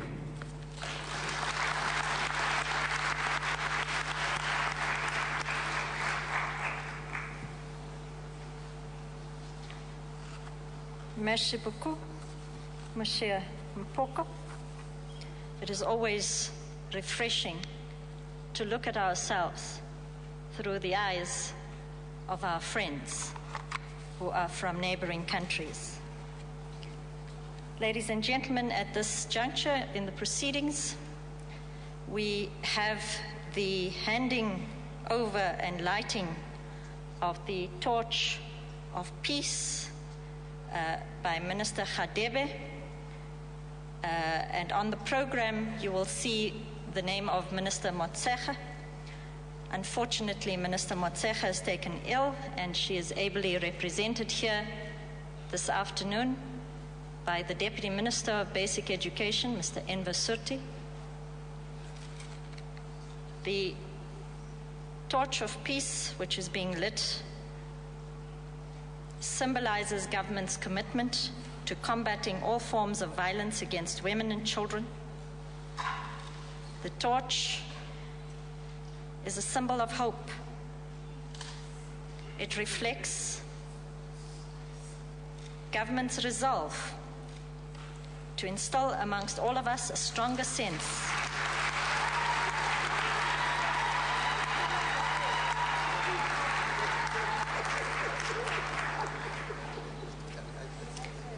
The torch reflects government's resolve to instill amongst all of us a stronger sense of humanity. This is in accordance with the theme that seeks to build partnerships between government and various communities. It is a known fact that in most cases of abuse and violence against women and children, perpetrators are oftentimes trusted husbands, fathers, or in the case of children, their parents.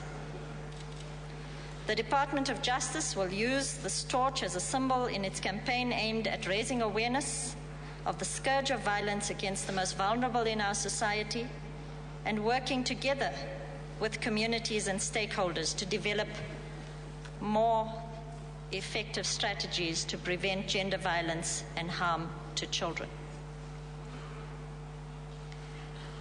The Department of Justice and Constitutional Development's responsibilities include the entire machinery of civil and criminal justice. It is the interface between the judiciary and the executive and has overall responsibility for constitutional development in our country.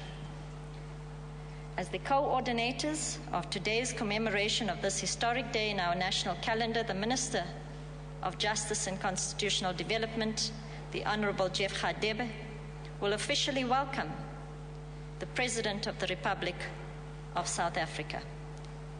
I invite the Minister of Justice and Constitutional Development to the podium.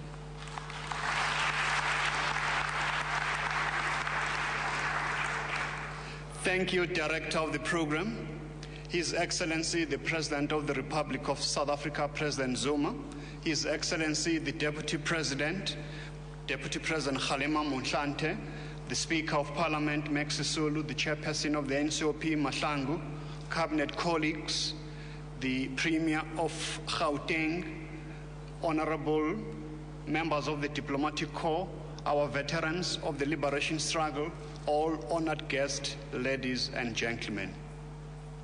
Gathered here where we are today, 57 years ago, were people from across the length and breadth of our beloved land, from all walks of life, young and old, black and white, to discuss and adopt the Freedom Charter that was to become a blueprint of a future democratic society. It is no coincidence that those noble values enshrined in our Freedom Charter were firstly adopted as part of the 1943 African Claims and later the Freedom Charter, which today constitute the golden thread as text as the spirit of our beloved Constitution, a cornerstone of our democracy. It was against this historic backdrop that the decision to celebrate Human Rights Day this year was taken to bring this event to this historic site in the struggle to bring about human rights, justice, democracy, prosperity for all our people. Human rights are indivisible across the spectrum of our population. Hence, we must ensure that the values of the struggle for justice that saw our people massacred with impunity in Sharpeville, in Langa, and elsewhere are actually embraced, particularly by the youth of this nation. Chapter 2 of our Constitution, dedicated to the Bill of Rights, speaks volume about collective desire to instill a culture of human rights as an inalienable right for all citizens of this great nation. It is no doubt that this chapter is the core of our Constitution and by extension of our democracy as a whole. As we celebrate this day today, we must inculcate the spirit of constitutionalism that is underpinned by human rights for all.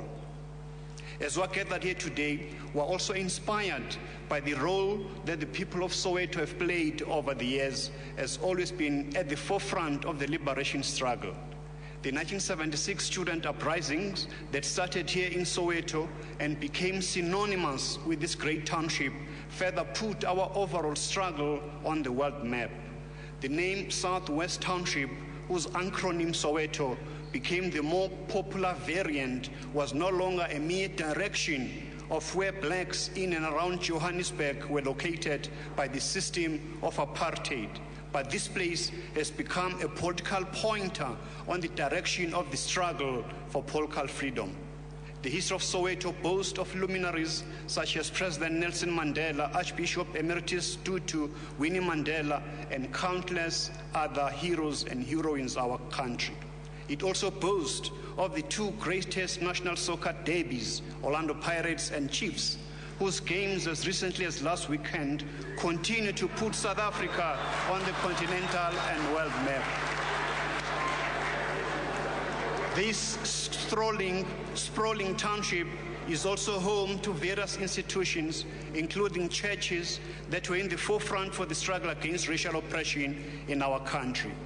We should not forget that business pioneers such as Richard Maponya, whose business exploits have seen this biggest mall in Johannesburg, here in Soweto, named after him.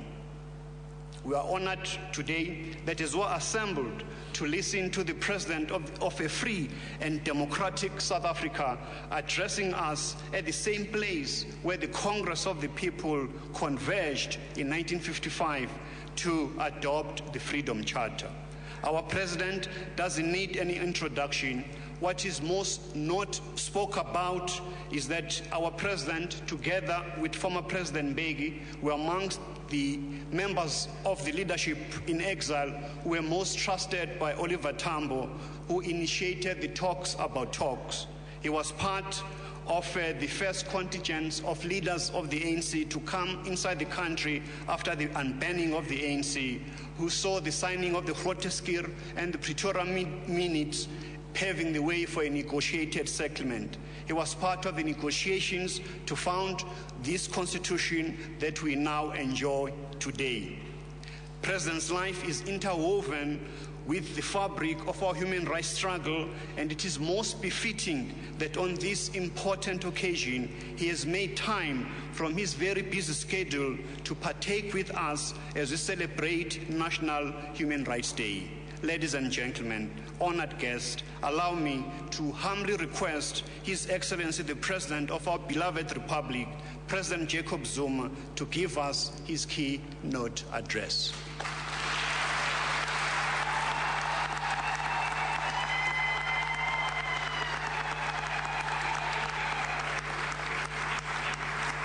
Thank you, thank you, thank you.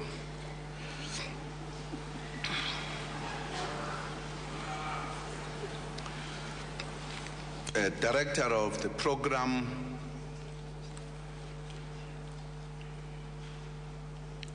Deputy President of our Republic, Mr. Kgalema Motlanthe, the Speaker of our National Assembly, the Chairperson of the NCOP,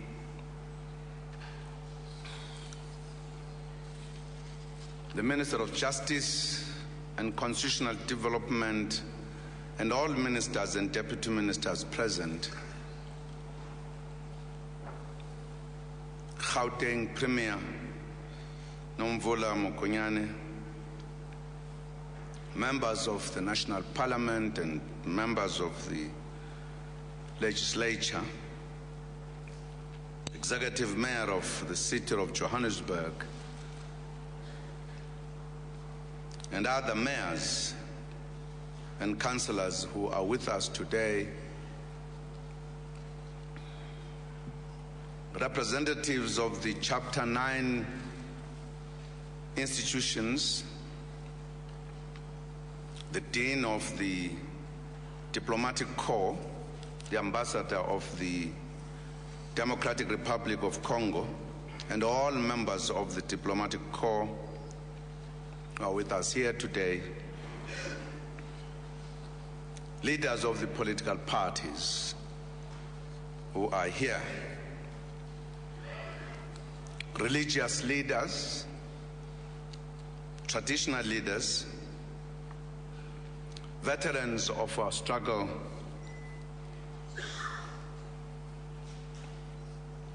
the family of our leader, J.P. Max, who are with us today. Dumelang, Molweni, Abushen, Dimashoroni, Sanibona nonke muzi wakwethu eSouth Africa kanye nabangani nesihlobo abaphuma kwamanye amazwe abasivakashele namhlanje. Siyajabula kakhulu ukuba la eKliptown eSoweto namhlanje sizogubha lolu suku lwamalungelo oluntu endaweni lapho okwaqoshwa khona umqulu wenkululeko iFreedom Charter. Lo mqulu ungomunye waleyo okwathathelwa kuyo uma sekubhalwa umthetho sisekelo wezwe lase South Africa.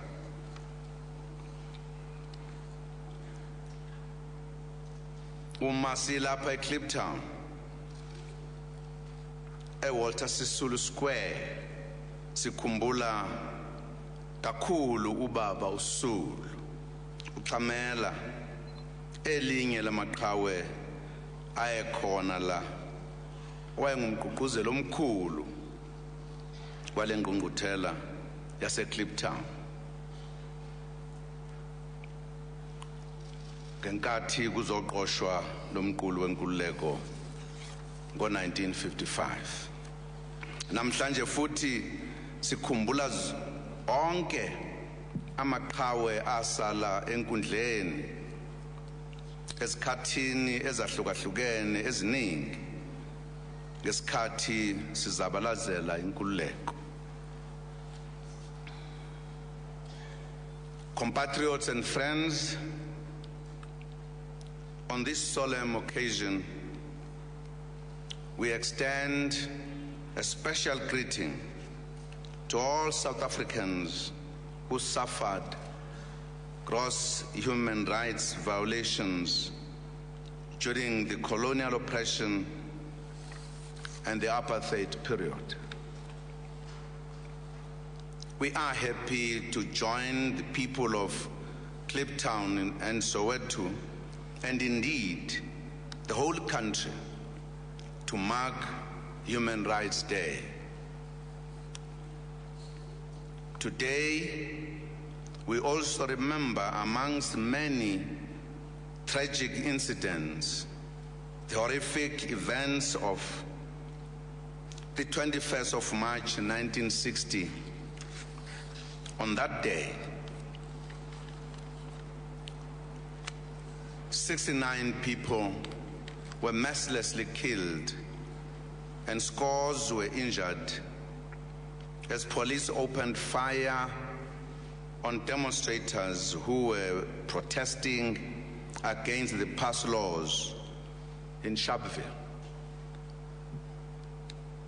On the same day, police also shot and killed 3 protesters in Langa in Cape Town and injured many others.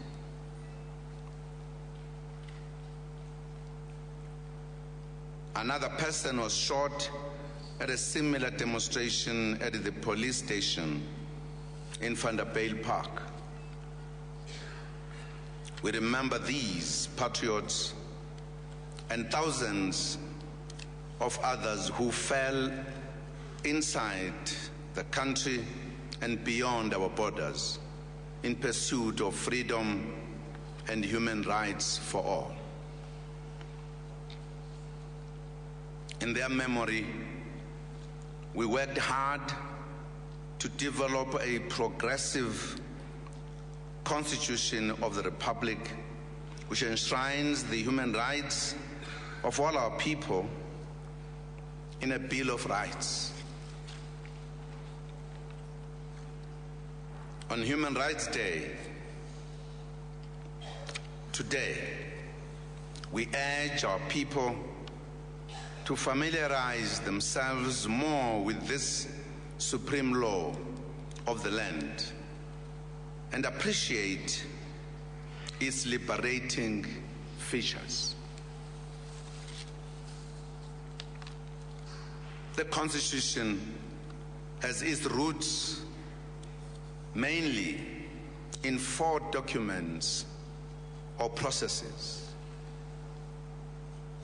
The 1923 Bill of Rights, the African Claims of 1943, the Women's Charter in 1954, the Freedom Charter in 1955, and the ANC in 1988 Constitutional Principles for a Democratic South Africa. In May 1923, at its conference in Bloemfontein, the ruling party, the ANC, adopted a resolution on a Bill of Rights. It called for equal citizenship, access to resources including land, as well as fair representation in government. This tradition was further consolidated through the African Claims document adopted in 1943 as a response to the 1941 Atlantic Charter of the European Allied Forces after the Second World War. The ANC, under the leadership of President A.B. Xuma, produced the African Claims as they believed that Africans were equally deserving of the universal rights expressed in the Atlantic Charter. The African Claims asserted, among others, the right of people to the government of their choice, freedom of the press, and human rights, including socioeconomic rights, women's rights, and cultural rights. Therefore, the inclusion of socioeconomic rights in the Bill of Rights dates back that long ago. We are proud that our 1943 Bill of Rights was produced 5 years ahead of the 1948 United Nations Universal Declaration of Human Rights.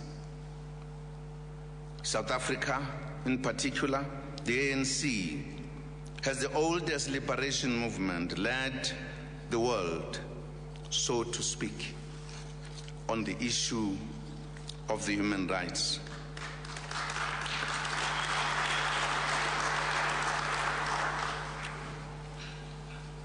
Another important document was the 1954 Women's Charter, which was very specific on the protection of the rights of women and children, and helped to promote women's rights as human rights.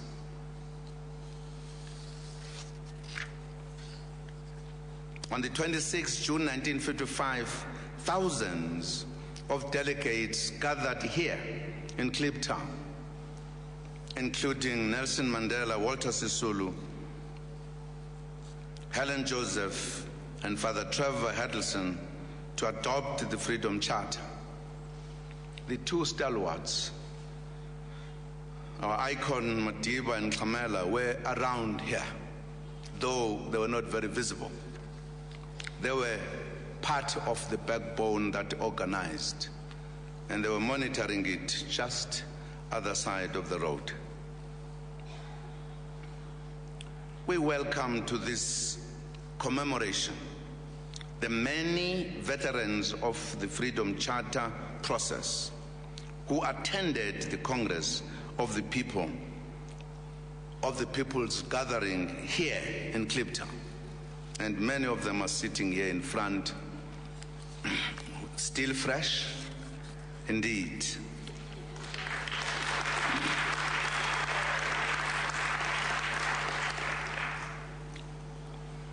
That was the Congress of the People. That was the Congress of the People.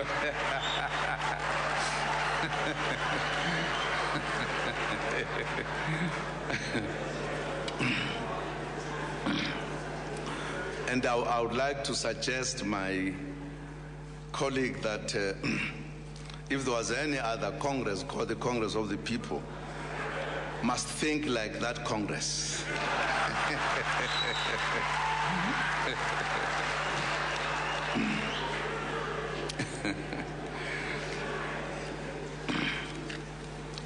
The spirit and letter of the Freedom Charter can be seen in the Constitution of the Republic. The Kliptown pioneers declared that, and I quote, "South Africa belongs to all who live in it, black and white, and that no government can justly claim authority unless it is based on the will of all the people," unquote. That revolutionary message proclaimed democracy, non-racialism, and the principle of a common nationhood at a time of the deepening of racism and oppression in our country. We congratulate the people of Kliptown and Soweto in general for having been part of this rich political and human rights history of our country. Compatriots and friends, another milestone in the constitutional road map was the publishing of the constitutional guidelines for a democratic South Africa in mid-1988 by the African National Congress, in which the organization committed itself to the adoption of a Bill of Rights enforceable through and enforceable through the courts. The initial consequence of this initiative was the adoption of the Harare Declaration by the Organization of African Unity in August 1989. This document used the constitutional guidelines as a basis for outlining the minimum principles of a post-apartheid constitution acceptable to the international community. It was later adopted by the non-aligned movement and the United Nations General Assembly. The ANC further proposed its own Bill of Rights for a new South Africa in 1990, with further amendments in 1991 and in 1992. In much the same way that the Freedom Charter was drafted, the Constitution drafting process touched thousands of people across the length and breadth of South Africa, calling upon South Africans to make their voices heard in the constitution-making process.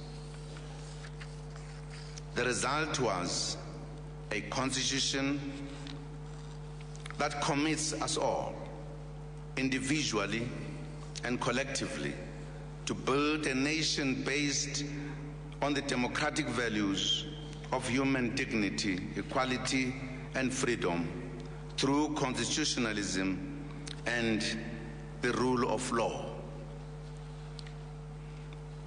And that's why I would agree with the representative of ZAPO, as well as the representative of Congress of the People of today,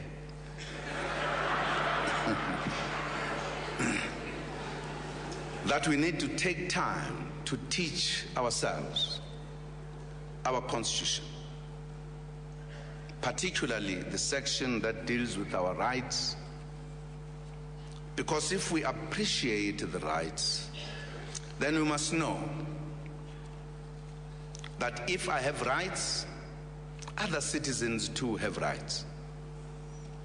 And whatever I do, I must not infringe on the rights of other citizens. And therefore, if I'm demonstrating, I have no right to burn and destroy the property of other citizens.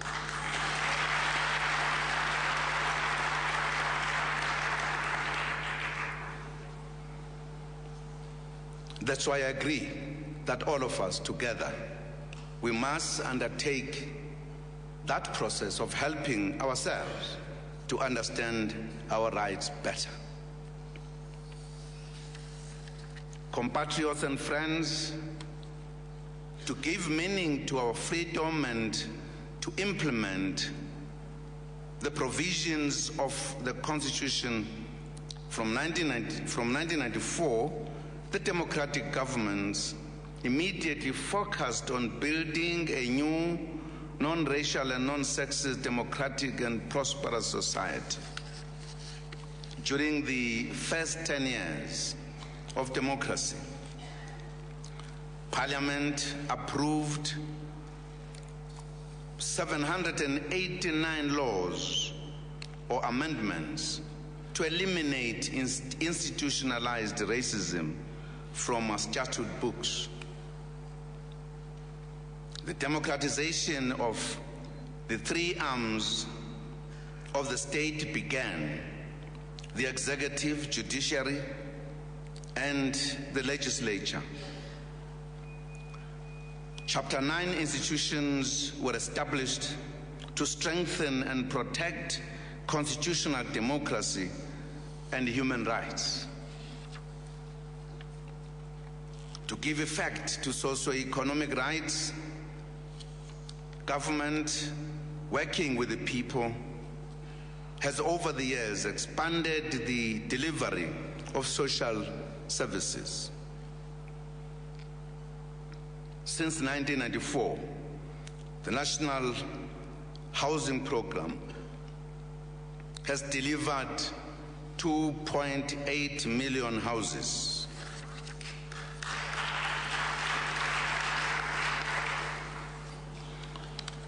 This has provided shelter to 13.2 million people, making the program one of the world's largest subsidized housing program.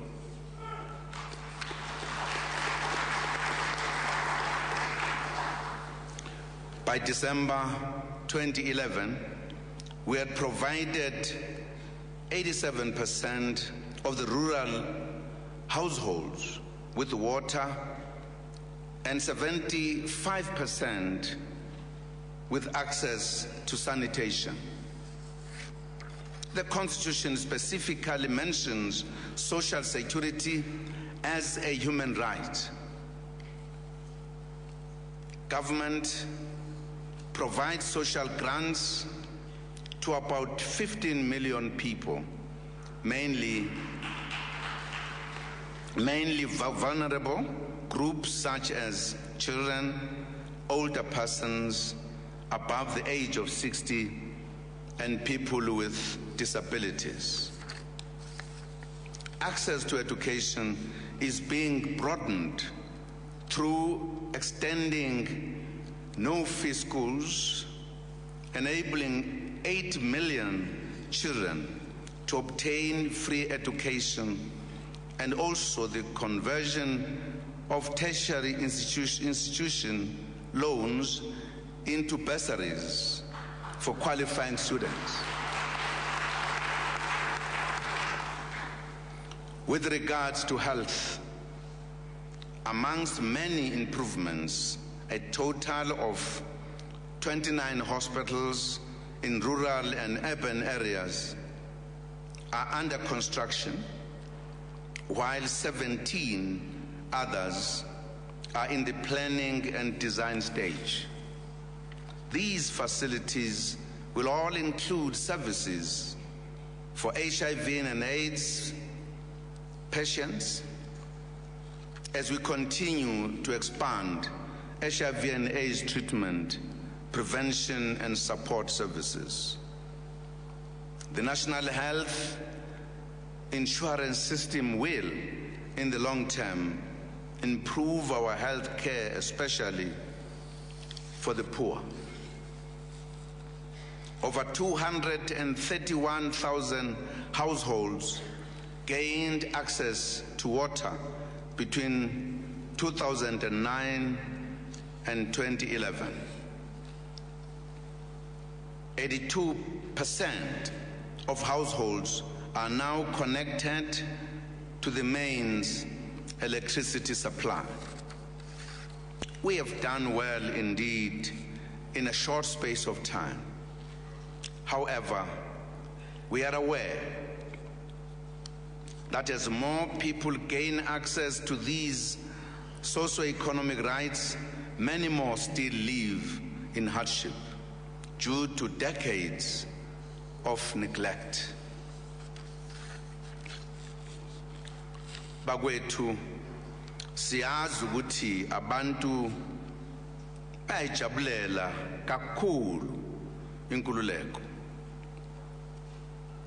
Ingefaniswe nalutho ngokubaluleka kanye nokujula kwayo. Kodwa siyazi futhi ukuthi indlala nobumpofu kusabhokile.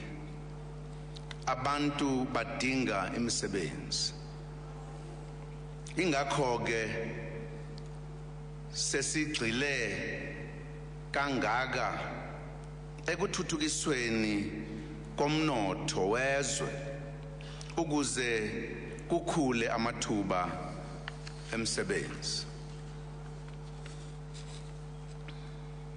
In other words, whilst we have made progress to address these rights as described in the Constitution,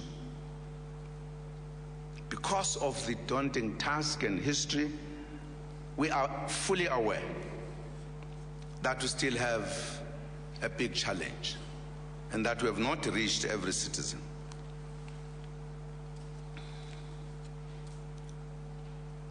We have to grow the economy and improve the general standard of living in this second phase of our freedom and transition towards a prosperous South Africa.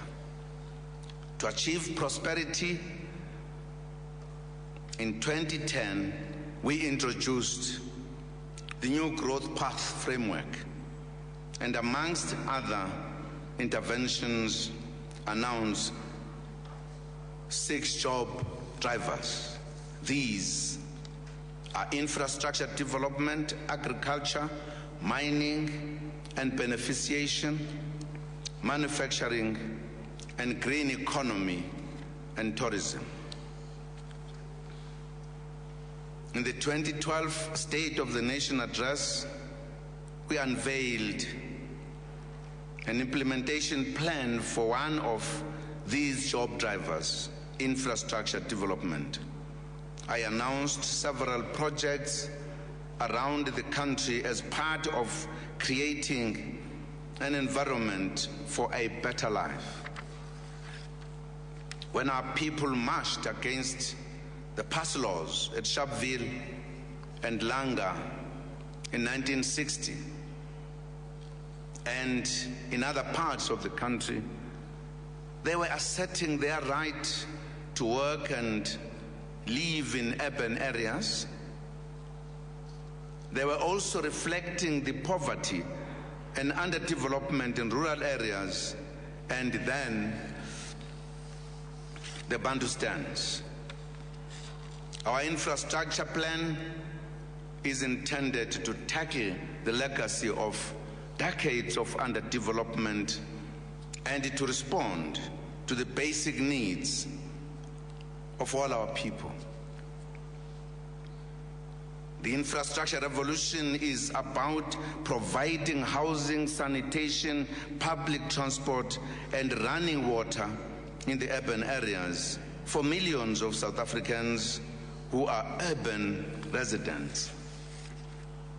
The infrastructure plan recognizes that black people are no longer temporary visitors in someone else's city. They are city dwellers. They have rights. Infrastructure for development is also about connecting rural communities to economic opportunities through building dams and irrigation systems. It will connect farms and villages to the energy grid and build schools and clinics in rural areas. Cities should not be the only places with lights and tap water. Infrastructure is therefore at the heart of how we will change the lives of our people in the next decade, working with our people and many sectors such as the private sector and labor. I'm pleased to announce that significant progress has been made by the Presidential Infrastructure Coordination Commission since the announcement of the Strategic Integrated Projects, now known as SIPs, in the State of the Nation address. The Commission has worked hard to prepare a sustainable implementation framework to ensure the delivery and performance of each of the SIPs. The 20-year plan has been distilled into clear deliverables for this new financial year. Deliverables. The ministers understand what I'm talking about. The Commission is also developing a skills plan for each major project, setting out the number of engineers, artisans, technicians, and technologists we need for the task ahead of us. Work is being done with universities and further education and training colleges to speed up the production of these critical skills. I will be meeting principals of further education and training colleges next month to discuss skills development in our country. But we also need government to work more smartly in implementing infrastructure projects. We cannot talk a dam or railway lines into existence. In other words, talking about them does not create them. We need concrete action to make them. All of us have to roll up our sleeves and get down to some serious implementation work to produce the platform for development, decent work, and growth. I'll be talking this message and taking it to improve delivery to mayors, premiers, and national ministers when we convene a conference on the infrastructure plan in mid-April with the 3 spheres of government. In other words, all of us in all three tiers of government have to have the same understanding for us to move forward. The important thing is that we are on the move and spreading the message of getting South Africa working. Last week I opened the Nguga port in Port Elizabeth, a large container terminal that will expand the capacity to export goods and support economic development. The port is now expanding further with dredging, construction, and new equipment being installed. It will support the Eastern Cape's growth and development. 2 weeks ago, I joined many to inaugurate the Dube Trade Port in Durban that is positioning itself as a key logistics hub. The Dube Trade Port is even producing farming products virtually in the airport precincts in order to move fresh products to different parts of the country and the world. In a few weeks' time, I will visit the Northwest Province to mobilize support for infrastructure development. In the next few months, we will visit different provinces to showcase actual construction projects. These will include public transport in Joburg, mining developments in Northern Cape, transmission lines in Limpopo, to mention but a few. Will during these visits share with our people what we are doing as government to build a better life for all. We are serious about getting the country working.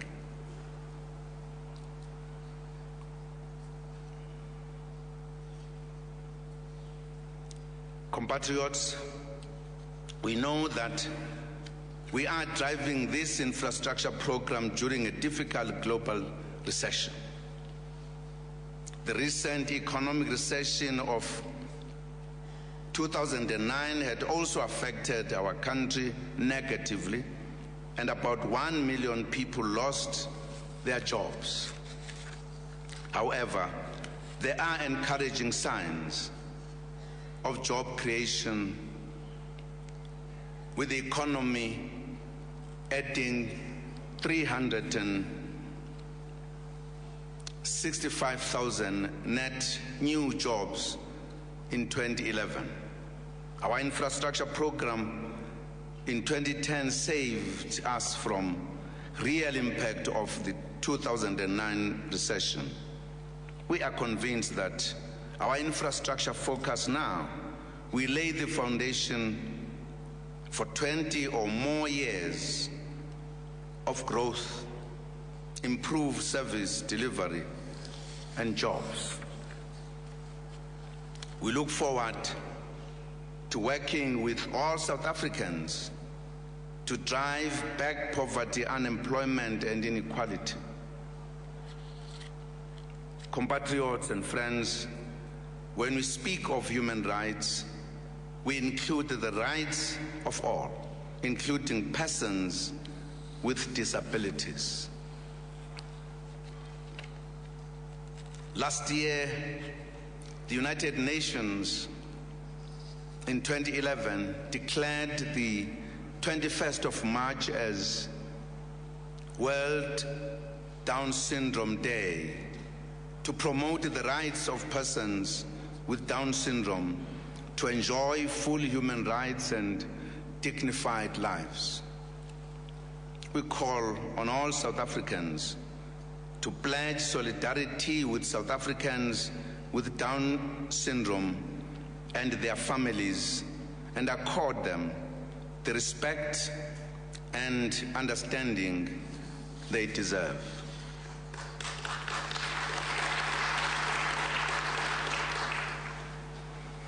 We wish all South Africans with Down syndrome well on this special day, which has become their day. Fellow South Africans, we must never take our freedom and human rights for granted. On this day, let us join hands to celebrate our Constitution and in particular, the Bill of Rights. Let us celebrate the right of life to equality before the law, human dignity, freedom and security of the person, freedom from slavery, servitude or forced labor, the right to privacy, freedom of movement, religion, belief and opinion, as well as the rights of workers, women, and children. More importantly, let us celebrate the right of being South Africans and of living in this wonderful country whose people defeated colonial and racial oppression to build a country that belongs to all of us.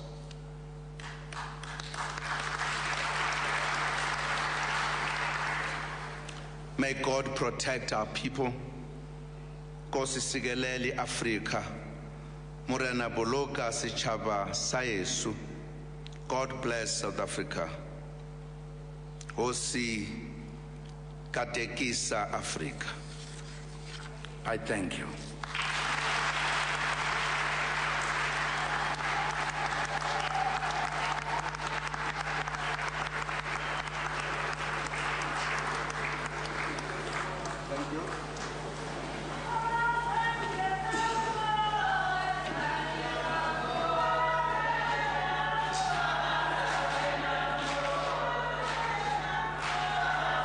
Do